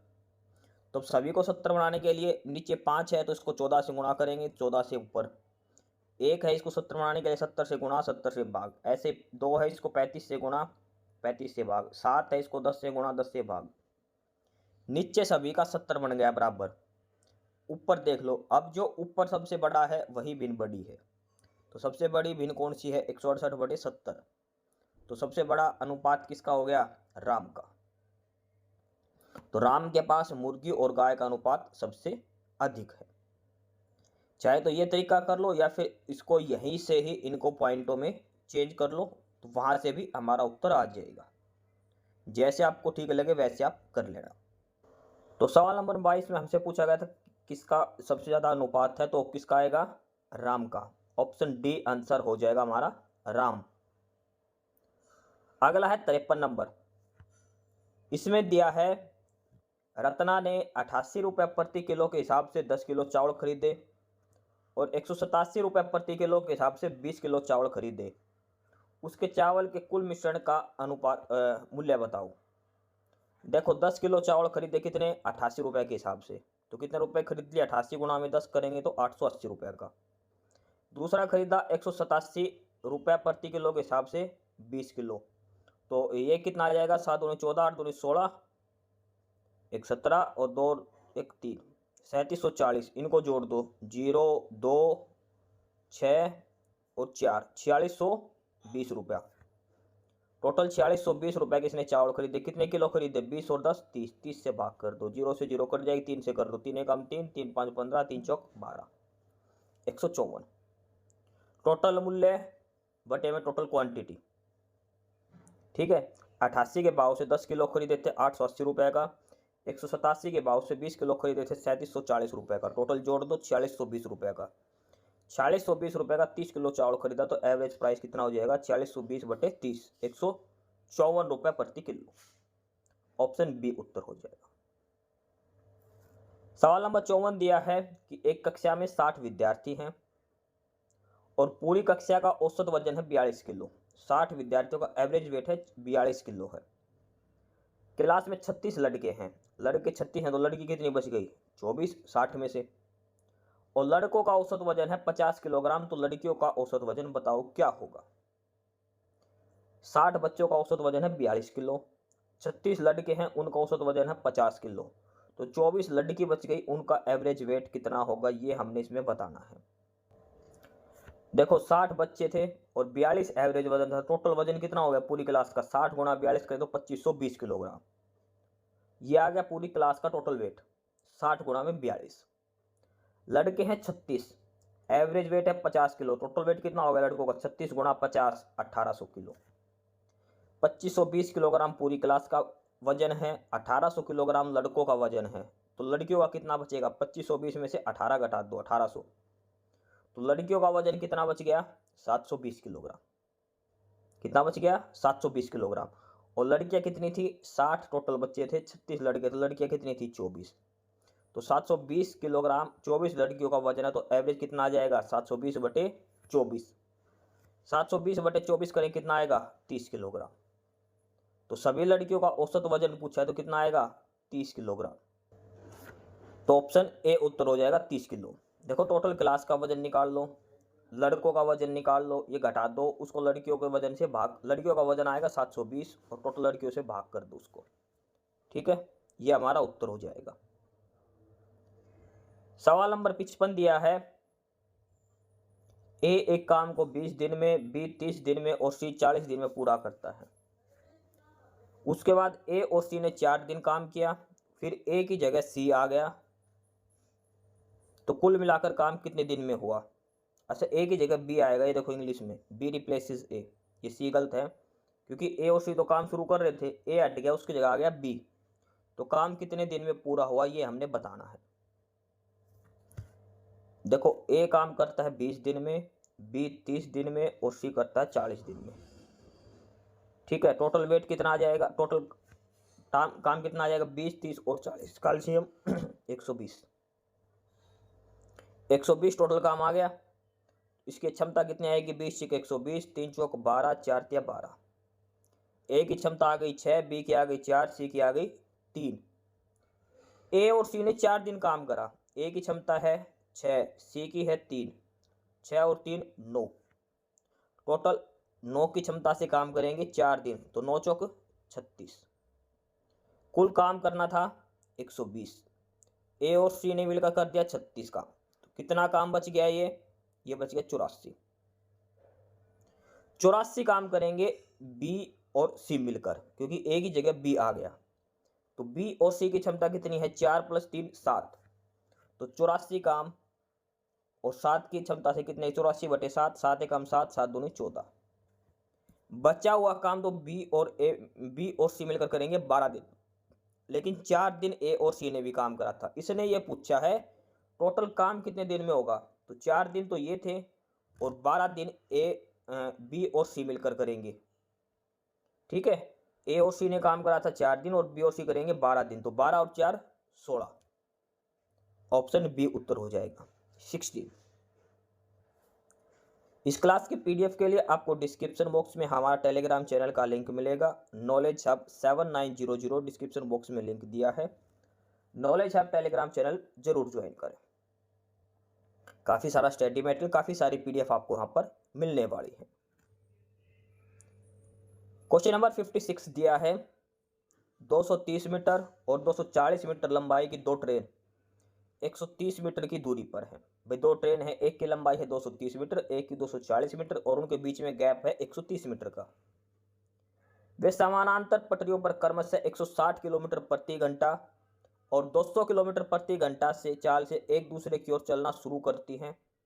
ट्रेन कितने समय में पार करेंगी एक दूसरे को? इसमें कहा है भाई जैसे ये पूरी ट्रेन है, एक ट्रेन यहाँ खड़ी है ए और एक ट्रेन है यहाँ पर बी। इसकी लंबाई है 230 मीटर, इसकी लंबाई है 240, इनके बीच की दूरी है 130 मीटर। ठीक है, इसकी स्पीड है 160 किलोमीटर प्रति घंटा, इसकी स्पीड है 200 किलोमीटर प्रति घंटा। तो ये दोनों एक दूसरे को कब पार करेगी ये बताना है। पहले ट्रेन की लंबाई 230, दूसरी की 240, उनके बीच में दूरी कितनी है 130 मीटर। पहले की स्पीड है 160 मीटर किलोमीटर प्रति घंटा, दूसरी की है 200 किलोमीटर प्रति घंटा। तो हमें निकालनी है टोटल। देखो पहले तो टोटल स्पीड निकाल लो। एवरेज स्पीड क्या भाई दोनों की रिलेवेंट स्पीड जो होगी, एक इधर आ रही है, दोनों ट्रेन अगर एक दूसरे के उल्टी डायरेक्शन में चले टोटल स्पीड ऐड हो जाएगी। तो 160 प्लस 200 करेंगे तो 360 किलोमीटर प्रति घंटा। अब ये किलोमीटर प्रति घंटा है, इसको मीटर पर सेकंड में बनाएंगे, क्या आएगा 360 गुणा में 5/18, 18 दूनी 36, 20 गुणा 5 करेंगे तो 100। दोनों जो ट्रेन है उनकी टोटल स्पीड जो एवरेज स्पीड जो रिलेवेंट स्पीड आ जाएगी वो आएगी 100 मीटर प्रति सेकंड। ट्रेन की टोटल लंबाई कितनी हो जाएगी, टोटल दूरी जो पार करनी है भाई ट्रेन की दोनों की लंबाई 230 जमा 240 प्लस उनके बीच की दूरी 130, टोटल आ जाएगी 600 मीटर। तो 600 मीटर की दूरी 100 मीटर प्रति सेकंड की रफ्तार से कितनी देर में पार करेंगी 6 सेकंड में। तो रेलगाड़ी को एक दूसरे को पार करने में कितना समय लगेगा 6 सेकंड का लगेगा। कितना लगेगा 6 सेकंड का। ये सारा सवाल आप आराम से देखो। पहले तो स्पीड निकलेगी, इनकी टोटल स्पीड हो जाएगी ऐड, क्योंकि दोनों एक दूसरे की उल्टी दिशा में चल रही है। फिर टोटल दूरी, दोनों ट्रेनों की लंबाई प्लस बीच की दूरी। तो इसका आंसर हो जाएगा 6 सेकंड, ऑप्शन बी करके। अगला है सवाल नंबर 57। 5, 35, 39 और 65 से विभाज्य 5 अंकों की बड़ी से बड़ी संख्या के अंकों का योगफल ज्ञात करो। भाई 5 अंकों की सबसे बड़ी संख्या बतानी है, उसके अंकों का जोड़ जो 5, 35, 39 और 65 से भाग हो पूरी पूरी। तो इसके लिए हम क्या करते हैं, पहले तो इसका एलसीएम निकालते हैं। उस एलसीएम को गुणा करके 5 अंकों की संख्या तक ले जाते हैं, सबसे बड़ी तक, उसके अंकों का जोड़ निकालना है। तो पहले तो हम वो 5 अंकों की संख्या निकालेंगे सबसे बड़ी, जो 5, 35, 39 और 65 से भाग होती हो। देखो 5, 35, 39 और 65 का एलसीएम कितना आएगा, वो आएगा 1365। 5, 35, 39 और 65 का एलसीएम आएगा 1365।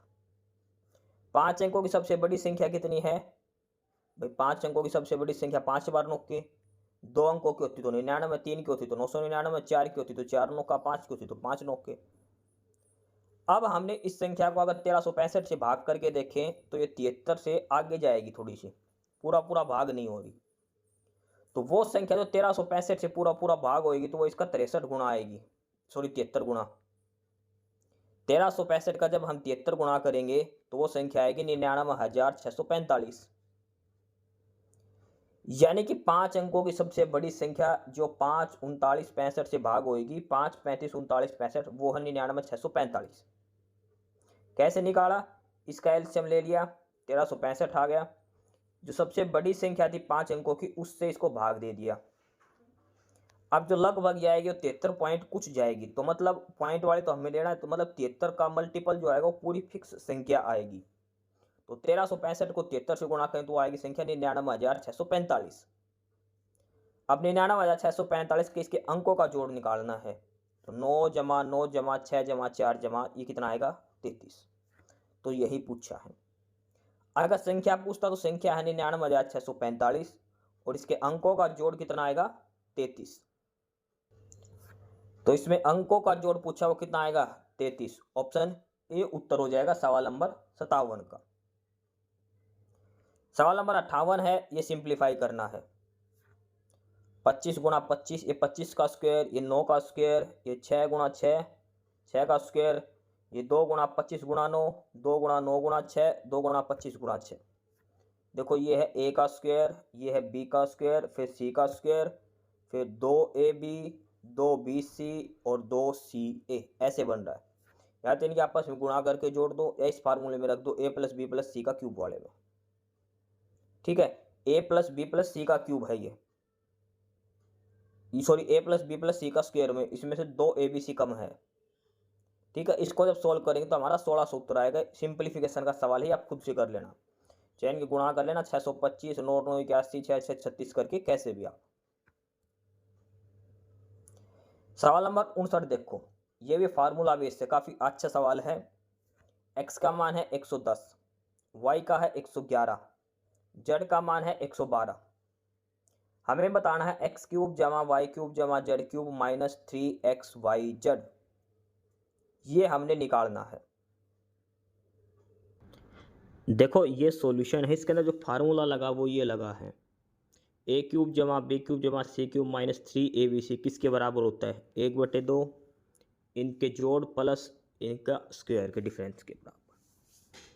ये सारे के सारे फार्मूले हमने निकाले हैं। एक फार्मूला होता है a plus B plus C का होल क्यूब, ये मोस्ट इंपॉर्टेंट फार्मूला है। इसके 3-4 फॉर्मूले निकलते हैं इससे, ये चीज़ ध्यान रखना मोस्ट इंपॉर्टेंट है। मोस्ट इंपॉर्टेंट फार्मूले हैं ये सारे, ध्यान रखना। पेपर में डायरेक्ट इस क्यूब वाले फार्मूले पे कई बार आता है। तो x का मान दे रखा है 110, y का 111, z का 112, यहाँ पुट करना है, सारा का सारा हमारा निकल जाएगा सॉल्यूशन। x y z इसका तीनों का जोड़ 333, x माइनस वाई का होल स्क्वायर ये बनेगा 1 के बराबर, y माइनस जेड का स्क्वायर ये माइनस 1 का स्क्वायर यानी कि ये भी 1 के बराबर बनेगा। देखो यहाँ पे सारी चीज़ पूछ रखी है, x plus y plus z, x minus y का स्क्वायर, वाई माइनस जेड का और जेड माइनस एक्स का स्क्वायर। इस सभी की वैल्यू जब हम यहाँ पर पुट करेंगे तो क्या उत्तर आएगा 999 999। ये हमारे इस सवाल का आंसर हो जाएगा। ये फार्मूला आपको ध्यान रखना है, सिंपल। तो सवाल नंबर 59 का आंसर हो जाएगा ऑप्शन ए 999। सवाल नंबर 60 दिया है, कोट एक्स की वैल्यू है ये, तो sine x minus cos x बताओ। कोट एक्स है 28/45। देखो अब ये मत कर देना कोट एक्स किसके बराबर होता है कोस बटे साइन के, तो कोस का मान 28 और साइन का 45, ये नहीं होता है, ध्यान रखना। क्योंकि कोस और साइन की वैल्यू किसके बराबर किसके बीच में होती है 0 से 1 के बीच में। ठीक है, प्लस माइनस 1 के बीच में रहती है कोस और साइन की वैल्यू, मैक्सिमम 1 हो सकती है। तो ये ध्यान रखना 28 और 45 नहीं होएगी। इसको करेंगे कैसे, इसको करेंगे हम राइट एंगल ट्रायंगल बनाकर, परपेंडिकुलर बेस हाइपोटेन्यूज वाला फार्मूला लगाकर। तो देखो कोट एक्स किसके बराबर होता है बेस अपॉन में परपेंडिकुलर। ठीक है, बेस अपॉन 28/45 दे रखा है, तो बेस का मान हो जाएगा 28, परपेंडिकुलर हो गया 45। भाई हमें पढ़ते हैं ना परपेंडिकुलर बेस हाइपोटेन्यूज और हाइपोटेन्यूज, वो पंडित बसरी प्रसाद हर हर बोले वो। तो कोट एक्स किसके बराबर होता है बेस अपॉन में हाइपोटेन्यूज, 10 का उल्टा। तो बेस का मान आ गया 28 और हाइपोटेन्यूज आ गया लंब आ गया 45, बेस अपॉन परपेंडिकुलर।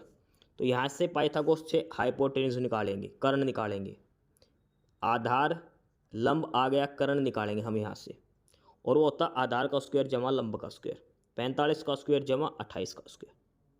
45 का स्क्वायर 2025 और 28 का 784। इसका जब अनरूट करेंगे तो बनेगा 53, एच की वैल्यू आ गई 53, कर्ण। अब साइन थीटा क्या होता है परपेंडिकुलर अपॉन में हाइपोटेन्यूज, और कोस होता है बेस अपॉन में हाइपोटेन्यूज। ठीक है, यानी कि लंब बटे में कर्ण और ये है आधार बटे में कर्ण। साइन और कोस थीटा आगे, इसका अंतर निकालना है। 45/53 माइनस 28/53, 53 एलसीएम आ जाएगा, 45 में से 28 गए तो 17/53, ये हमारा आंसर हो जाएगा। ठीक है, जो पंडित बद्री प्रसाद हरिहर बोले जो फार्मूला लगाते हैं लाल बटे कक्का वाला, वो यूज करना है इसके अंदर। तो सवाल नंबर 60 का ऑप्शन डी उत्तर हो जाएगा 17/53। सवाल नंबर 61 दिया है, एक वृत्त का क्षेत्रफल का 9 गुना एक वर्ग के क्षेत्रफल के 3 गुणे के बराबर है, तो वृत्त का व्यास और वर्ग का विकर्ण का अनुपात बताओ।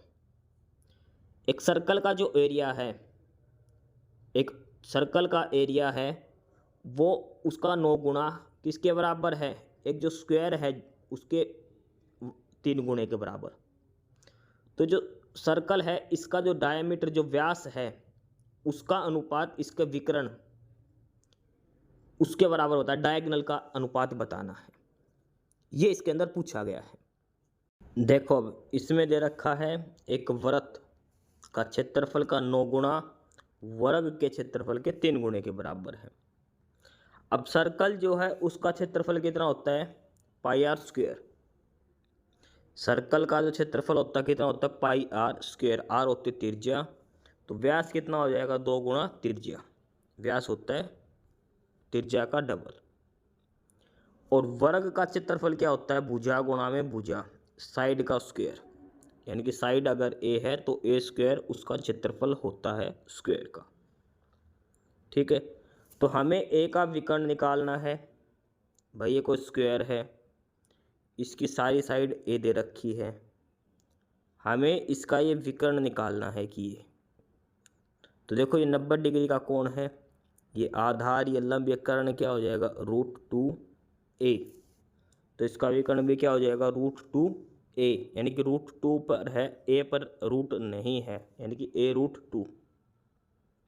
अब इन दोनों का अनुपात बताना है, लेकिन सबसे पहले क्या दे रखा है कि जो सर्कल का एरिया है पाई आर स्क्वायर, इसका 9 गुना किसके बराबर है, ए स्क्वायर उसके 3 गुणे के बराबर हो गया।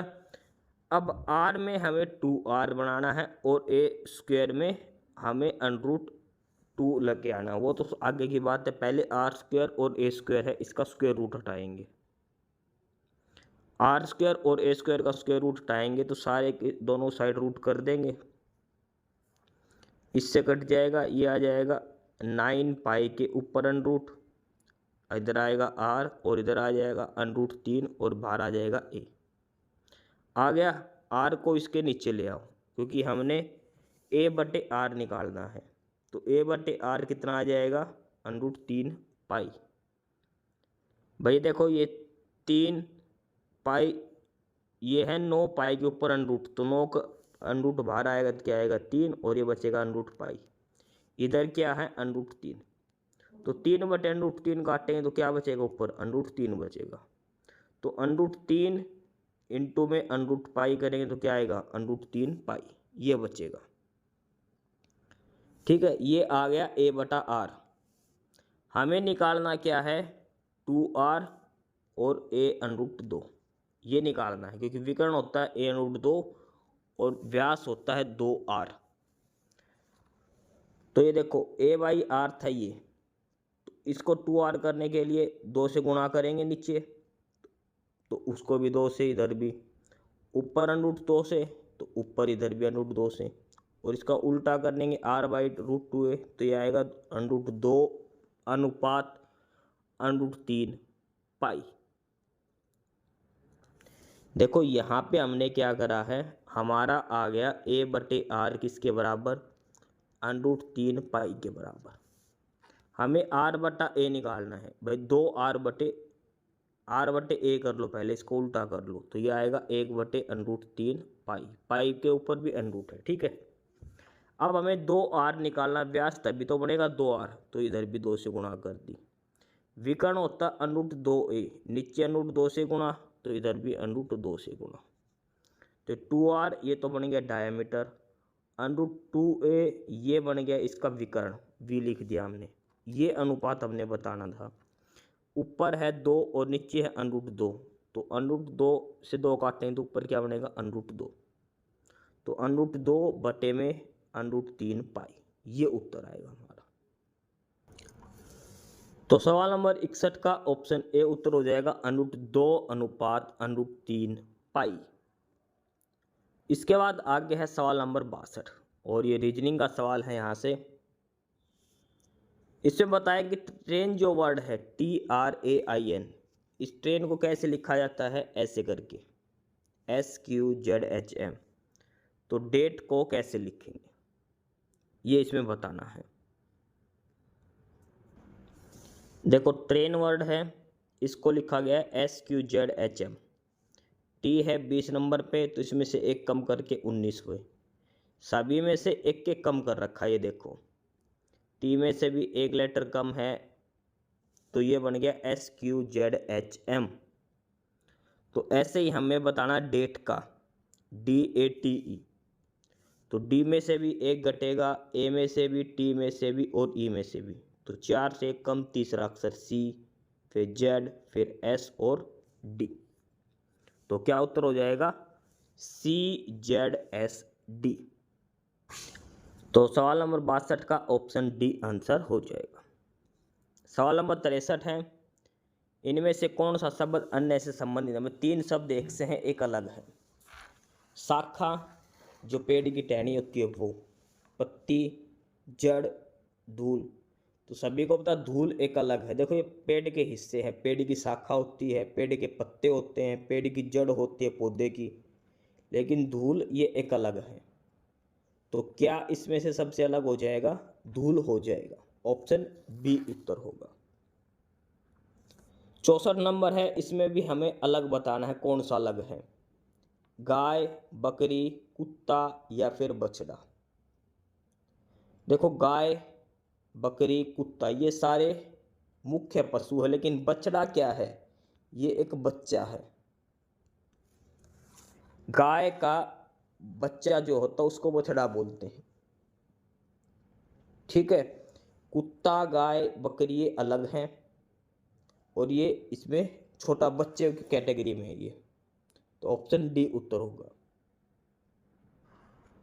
65 नंबर देखो, यहां पर मिसिंग टर्म बताने लास्ट में क्या आएगा ये हमने बताना है। इसमें 2Z5 7Y7 14X9 23W11 34V13। पहले तो जो अल्फ़ाबेट दे रखा वो देखो, Z, फिर एक कम Y, फिर X, फिर W, फिर V, V से पहले क्या आएगा, U आएगा ना। अल्फ़ाबेट एक एक कम हो रहा है, तो अल्फ़ाबेट आएगा बीच में U। तो U इन सब में है, डी वाला ऑप्शन तो हट जाएगा। अब ये संख्या देखो इधर वाली, 5 5 2 7 7 2 9 9 2 11 11 2 13 13 और 2 15। लास्ट वाली संख्या में 2 2 ऐड हो रखे, अल्फ़ाबेट एक एक कम हो रखा था इधर से, हो गया लास्ट में आना चाहिए 15। तो ऑप्शन ए भी कट जाएगा। अब देखो 2 और 5 कितना बन गया, 7, 7 और 7 14। देखो अब इसमें थोड़ा सा चेंज किया है, हमारा आ गया U15 तो कन्फर्म हो गया।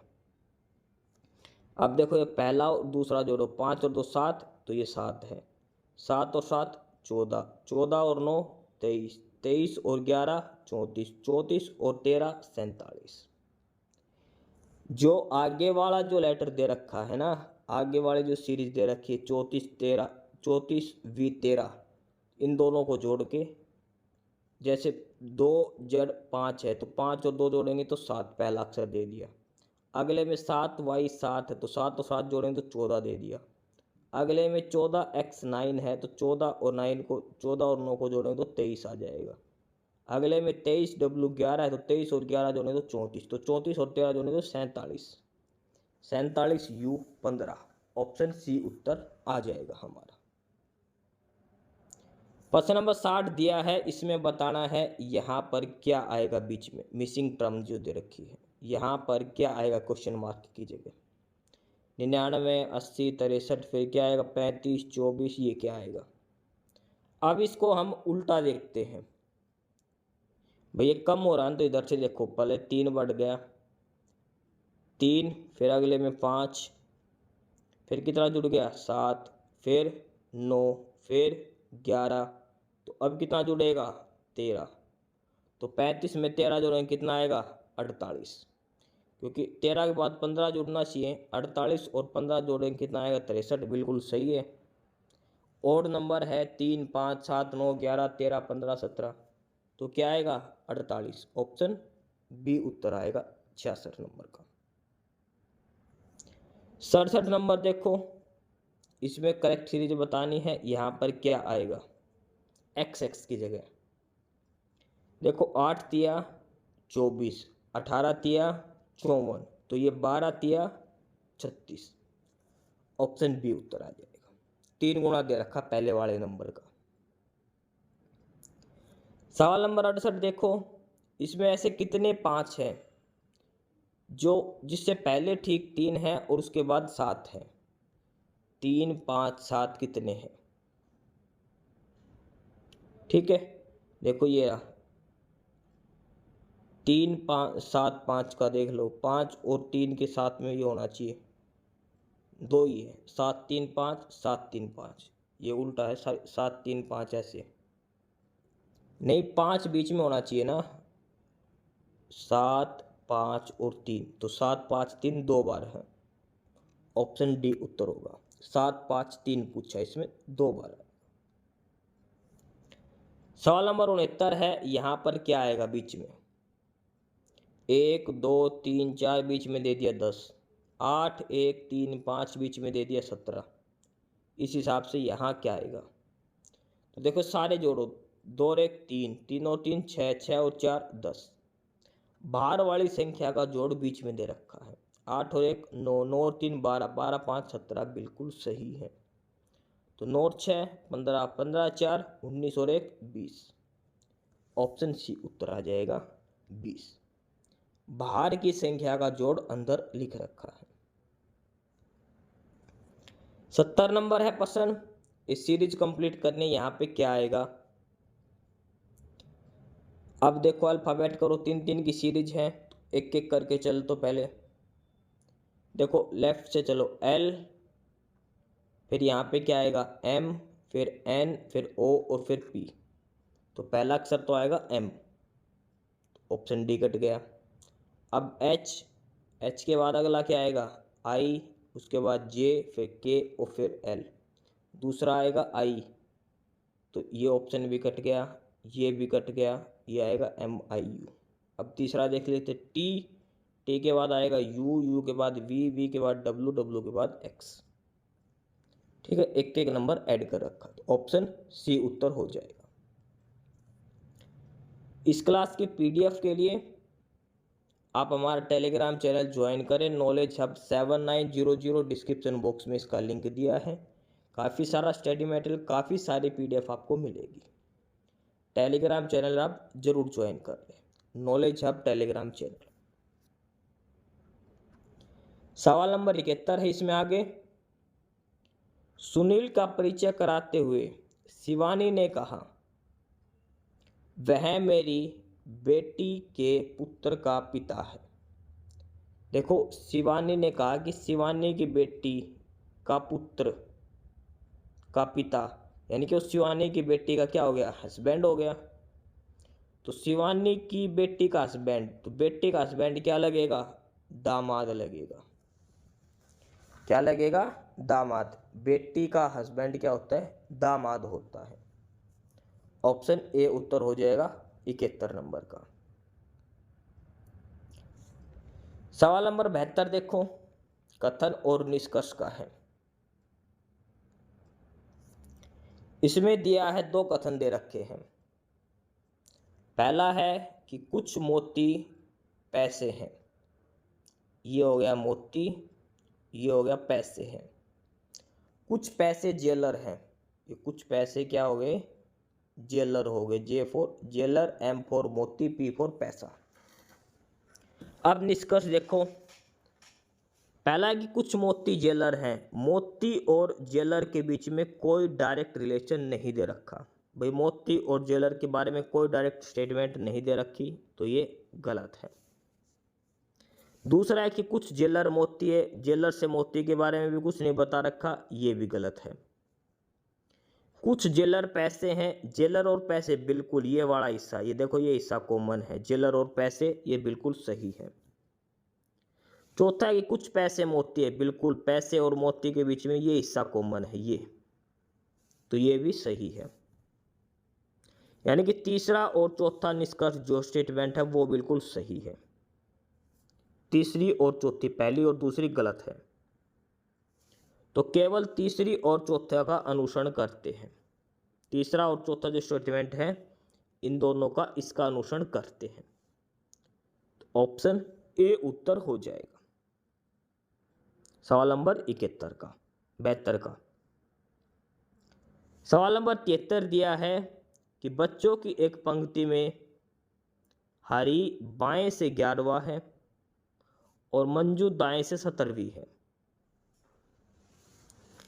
जब वे अपना स्थान बदल लेते तो हरी बाएं से 13वां है, तो दाएं से मंजू का नया स्थान क्या होगा, ये बताना है।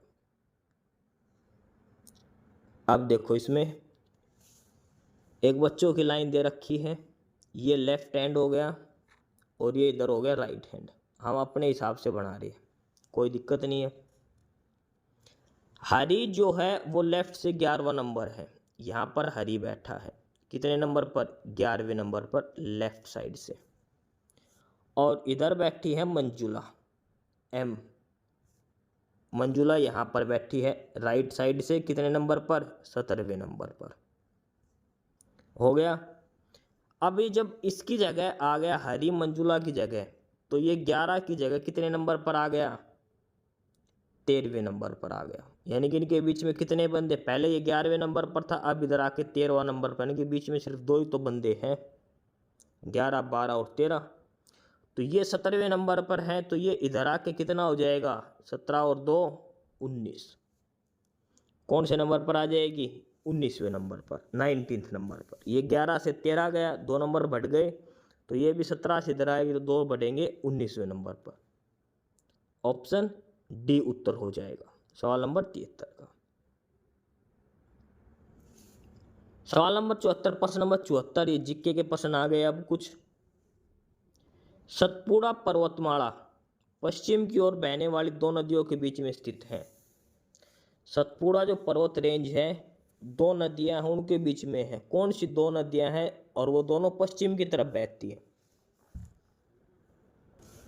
तो देखो सतपुड़ा पर्वतमाला नर्मदा और ताप्ती, देखो नर्मदा और ताप्ती नदियों के बीच में है। ये दोनों नदियां पश्चिम की ओर बहकर अरब सागर यानी कि खंबात की खाड़ी में गिरती है, और सतपुड़ा श्रेणी इन्हीं दोनों की घाटियों के बीच में एक जल विभाजक का कार्य करता है। तो सतपुड़ा पर्वतमाला किसके बीच में, नर्मदा और ताप्ती नदी के बीच में, अरब सागर में ये गिरती है, पश्चिम दिशा की ओर बहती है। ठीक है। और ये श्रृंखला कहाँ कहाँ फैली हुई है, मध्य प्रदेश, महाराष्ट्र और गुजरात राज्य में है सतपुड़ा माउंटेन रेंज। तो नर्मदा और ताप्ती इसका आंसर हो जाएगा। तो प्रश्न नंबर 74 का ऑप्शन डी उत्तर हो जाएगा, नर्मदा और ताप्ती नदी। प्रश्न नंबर 75 है, भारत की पहली साइबर अपराध रोकने की इकाई का क्या नाम है। First cyber crime prevention unit का क्या नाम है। साइबग्रिड, विश्वास, जम्यता या आश्वस्त। देखो ध्यान रखना, साइबर क्राइम प्रिवेंशन यूनिट पूछा है। तो देखो केंद्रीय गृह मंत्री union home minister Amit Shah ने गुजरात के अंदर गुजरात पुलिस और इंडियन पोस्टल डिपार्टमेंट जो है गुजरात में, उनके अलग अलग प्रोजेक्ट का उद्घाटन करा था। उसमें से एक प्रोजेक्ट था आश्वस्त प्रोजेक्ट, जो 10 जनवरी 2020 को किया गया था। अमित शाह ने करा था इसका 10 जनवरी 2020 को। अब इसके अंदर 3 थे इस प्रोजेक्ट के अंदर, विश्वास, नेत्रंग और आश्वस्त। तो जो आश्वस्त है ये एक साइबर का program, the cyber Aashwast is a unit that act to prevent cyber crime. तो आश्वस्त यूनिट का गठन किया गया था जो साइबर क्राइम को रोकेगी। किसकी सहायता से? नेत्रंग और विश्वास की सहायता से। 2 यूनिट और है, नेत्रंग और विश्वास, इसकी इन दोनों की सहायता से साइबर क्राइम को रोकेगी आश्वस्त यूनिट। ठीक है, अब इसमें देखो इनकी फुल फॉर्म देखो। विश्वास क्या है? विश्वास तो है video integration and state wide advance security project. Netrang है project to establish command and control room. और आश्वस्त क्या है? Cyber crime prevention unit and a online portal to pay e चालान। तो हमसे यही पूछा गया था, साइबर क्राइम प्रिवेंशन यूनिट, और उसका नाम है आश्वस्त। तो प्रश्न नंबर 75 का ऑप्शन डी उत्तर हो जाएगा आश्वस्त। 76 नंबर है भारत का पहला लोकपाल। तो भारत का पहला लोकपाल है पिनाकी चंद्र घोष। मार्च 2019 में बनाया गया था। रिटायर्ड जज है पिनाकी चंद्र घोष। ऑप्शन सी उत्तर होगा। प्रश्न नंबर 77 है विश्व उपभोक्ता अधिकार दिवस कब मनाया जाता है? वर्ल्ड कंज्यूमर राइट्स डे कब मनाया जाता है? विश्व उपभोक्ता अधिकार दिवस प्रतिवर्ष 15 मार्च को मनाया जाता है। 15 मार्च को वर्ल्ड कंज्यूमर राइट्स डे 1983 से ये मनाया जा रहा है। ठीक है, 15 मार्च को क्या है? 15 मार्च 1962 में राष्ट्रपति जॉन कैनेडी के भाषण की याद में, जिन्होंने उपभोक्ता अधिकारों को मान्यता दी थी, इसलिए उपभोक्ता दिवस मनाया जाता है 15 मार्च को। और 2026 में इसकी थीम क्या थी? तो इसकी थीम थी सुरक्षित उत्पाद, आत्मविश्वासी उपभोक्ता। ये थीम याद रखना 2026 की। 2026 उपभोक्ता दिवस 15 मार्च, इसकी थीम है सुरक्षित उत्पाद, आत्मविश्वासी उपभोक्ता। तो प्रश्न नंबर 77 का ऑप्शन सी उत्तर हो जाएगा 15 मार्च। प्रश्न नंबर 78, शिकागो का प्रसिद्ध विश्व धर्म सम्मेलन में भारत का प्रतिनिधित्व किसने करा था? शिकागो अमेरिका के अंदर 11 सितंबर 1893 की बात है ये। कौन थे? स्वामी विवेकानंद। इन्होंने जाते स्टेज पे कहा था, अमेरिका के मेरे बहन और भाइयों। ये लाइन सबसे फेमस है इनकी, स्वामी विवेकानंद। ऑप्शन बी उत्तर हो जाएगा, 1893 की बात है ये। प्रश्न नंबर 79 है रेड डाटा बुक में किसका रिकॉर्ड होता है? तो रेड डाटा बुक जारी कौन करता है? IUCN, international union for conservation of nature. और ये उन स्पीसीज का रिकॉर्ड रखते हैं जो लुप्त प्राय खत्म होने वाली हैं, जो बहुत कम बचे हैं, लुप्त प्राय इंडेंजर्ड, जिनका अस्तित्व खतरे में है। ऑप्शन बी उत्तर होगा। कई बार इससे रिलेटेड प्रश्न पूछा जाता है। प्रश्न नंबर 80 है क्याल क्या होता है? क्याल तराई मैदान, गंगा डेल्टा, दक्कन का पठार, केरल का लैगून। देखो, क्याल दक्षिण भारत के केरल राज्य में के तट में समानांतर स्थित उथले खारे पानी का लैगून या बैक वाटर को संदर्भित करता है। केरल राज्य के अंदर है उथला खारा पानी के लैगून को बोलते हैं क्याल। झीलें, नहरें और नदियों का यह परस्पर जुड़ा जाल रेत के टीले या अवरोध चट्टान द्वारा समुद्र तल से अलग होता है। यह मछली पकड़ने, पर्यटन और कृषि के लिए अत्यंत महत्वपूर्ण है। केरल के अंदर है ये, खारे पानी के लिए है। ठीक है, लैगून है ये। तो प्रश्न नंबर 80 का ऑप्शन बी उत्तर हो जाए, केरल का लैगून को क्याल कहते हैं। 51 है भारत का जैव मंडल रिजर्व में कौन गारो पहाड़ियों में फैला हुआ है? कौन सा बायोस्फीयर रिजर्व गारो खासी की जो पहाड़ियां वहां पर हैं? देखो, गारो खासी की पहाड़ियां कहाँ है? मेघालय के अंदर है। इसके आसपास ही मानसिंह राम, जहाँ पर सबसे ज़्यादा बारिश होती है ना, वो है। तो गारो और खासी जयंतिया की पहाड़ियाँ, 3 प्रकार की पहाड़ियाँ मेघालय के अंदर हैं। तो यहाँ पर कौन सा बायोस्फीयर रिजर्व है? तो वो है Nokrek. Nokrek option A उत्तर हो जाएगा इसका सवाल नंबर 81 का, प्रश्न नंबर 81 का। इस क्लास की पीडीएफ के लिए आप हमारा Telegram channel knowledge hub 7900 join करें। काफ़ी सारी पीडीएफ, काफ़ी सारा स्टडी मटेरियल आपको मिलेगा।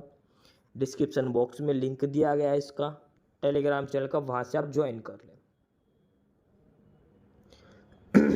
प्रश्न नंबर 82 है moments for change climate neutral now. यह पहल किसकी है? Moments for change climate neutral now किसने शुरू करा है ये?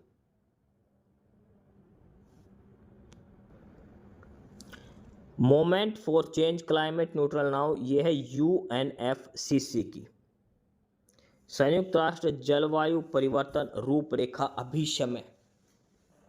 इसके द्वारा शुरू की गई 2015 में ये शुरू करी गई एक पहल थी।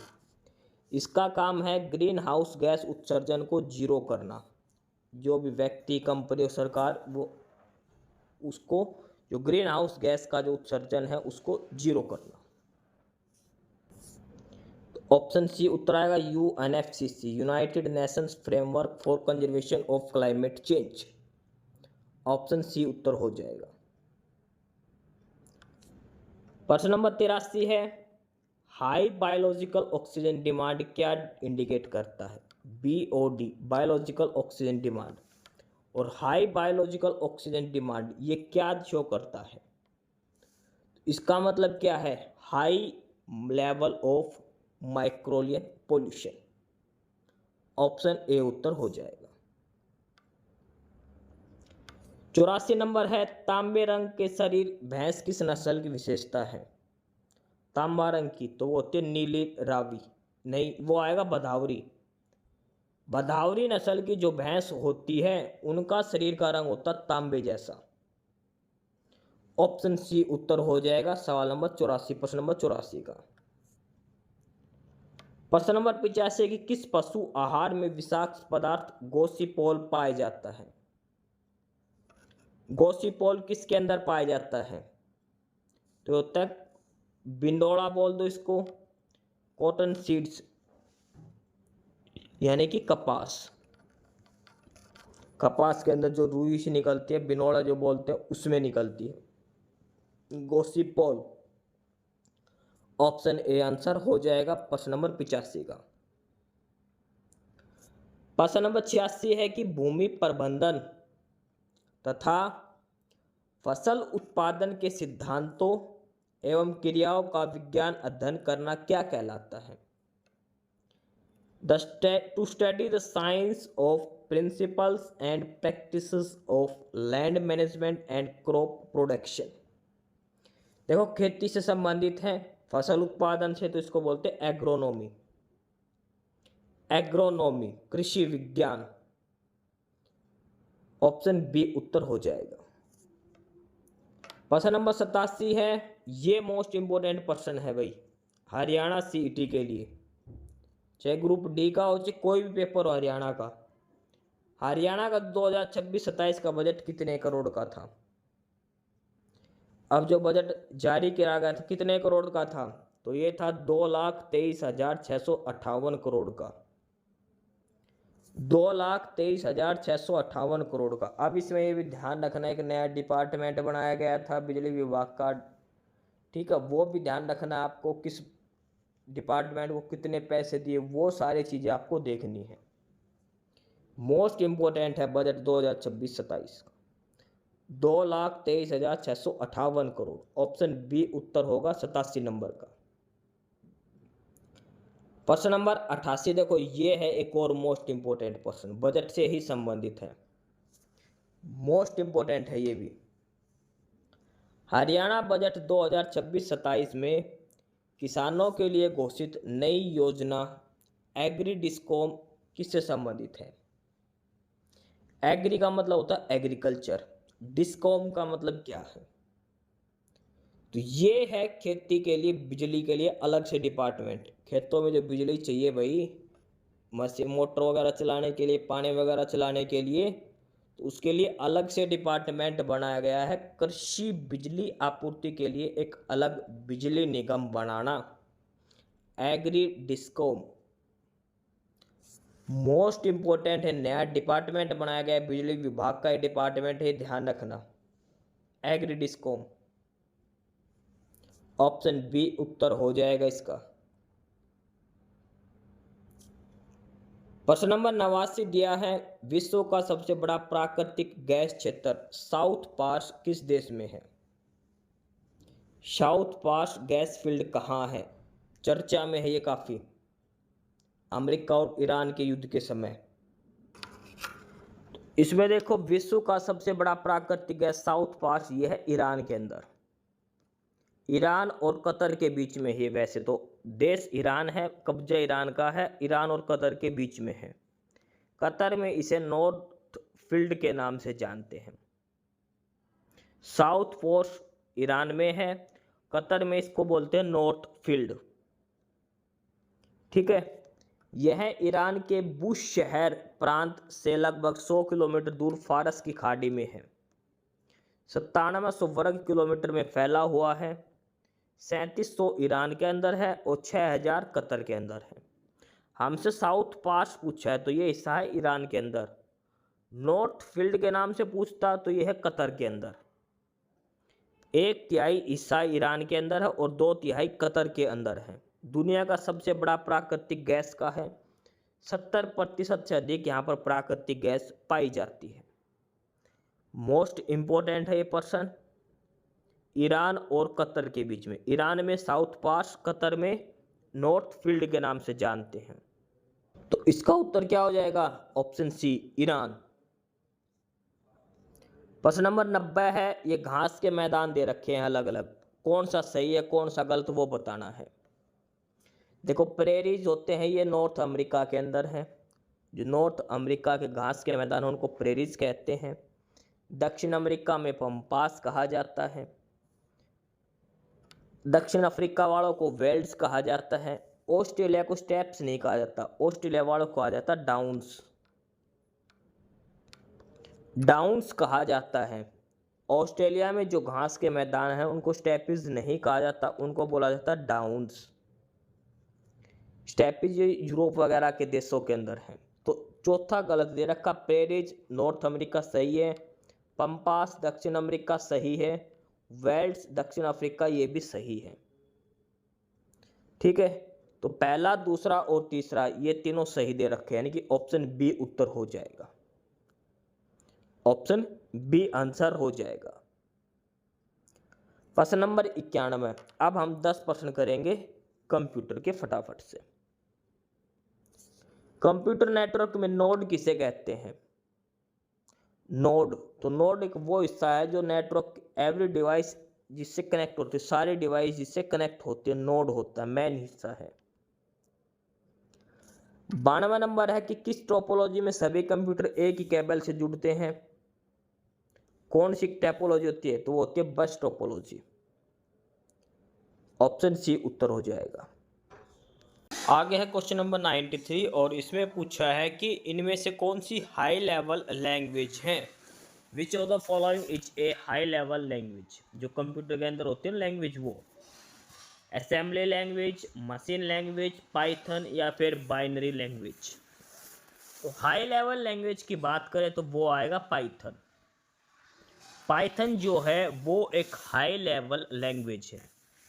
ऑप्शन सी आंसर होगा 93 का। क्वेश्चन नंबर 94 है कि C++ भाषा का विकास किसने किया था? यानी जो C++ लैंग्वेज है इसको किसने डेवलप किया था?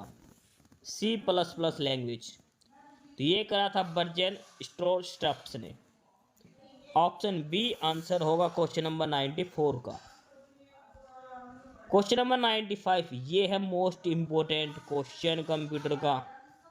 कंप्यूटर के अंदर हम यूज करते हैं बेसिक लैंग्वेज एक वर्ड, तो इसमें जो बेसिक होता है इसकी फुल फॉर्म क्या है?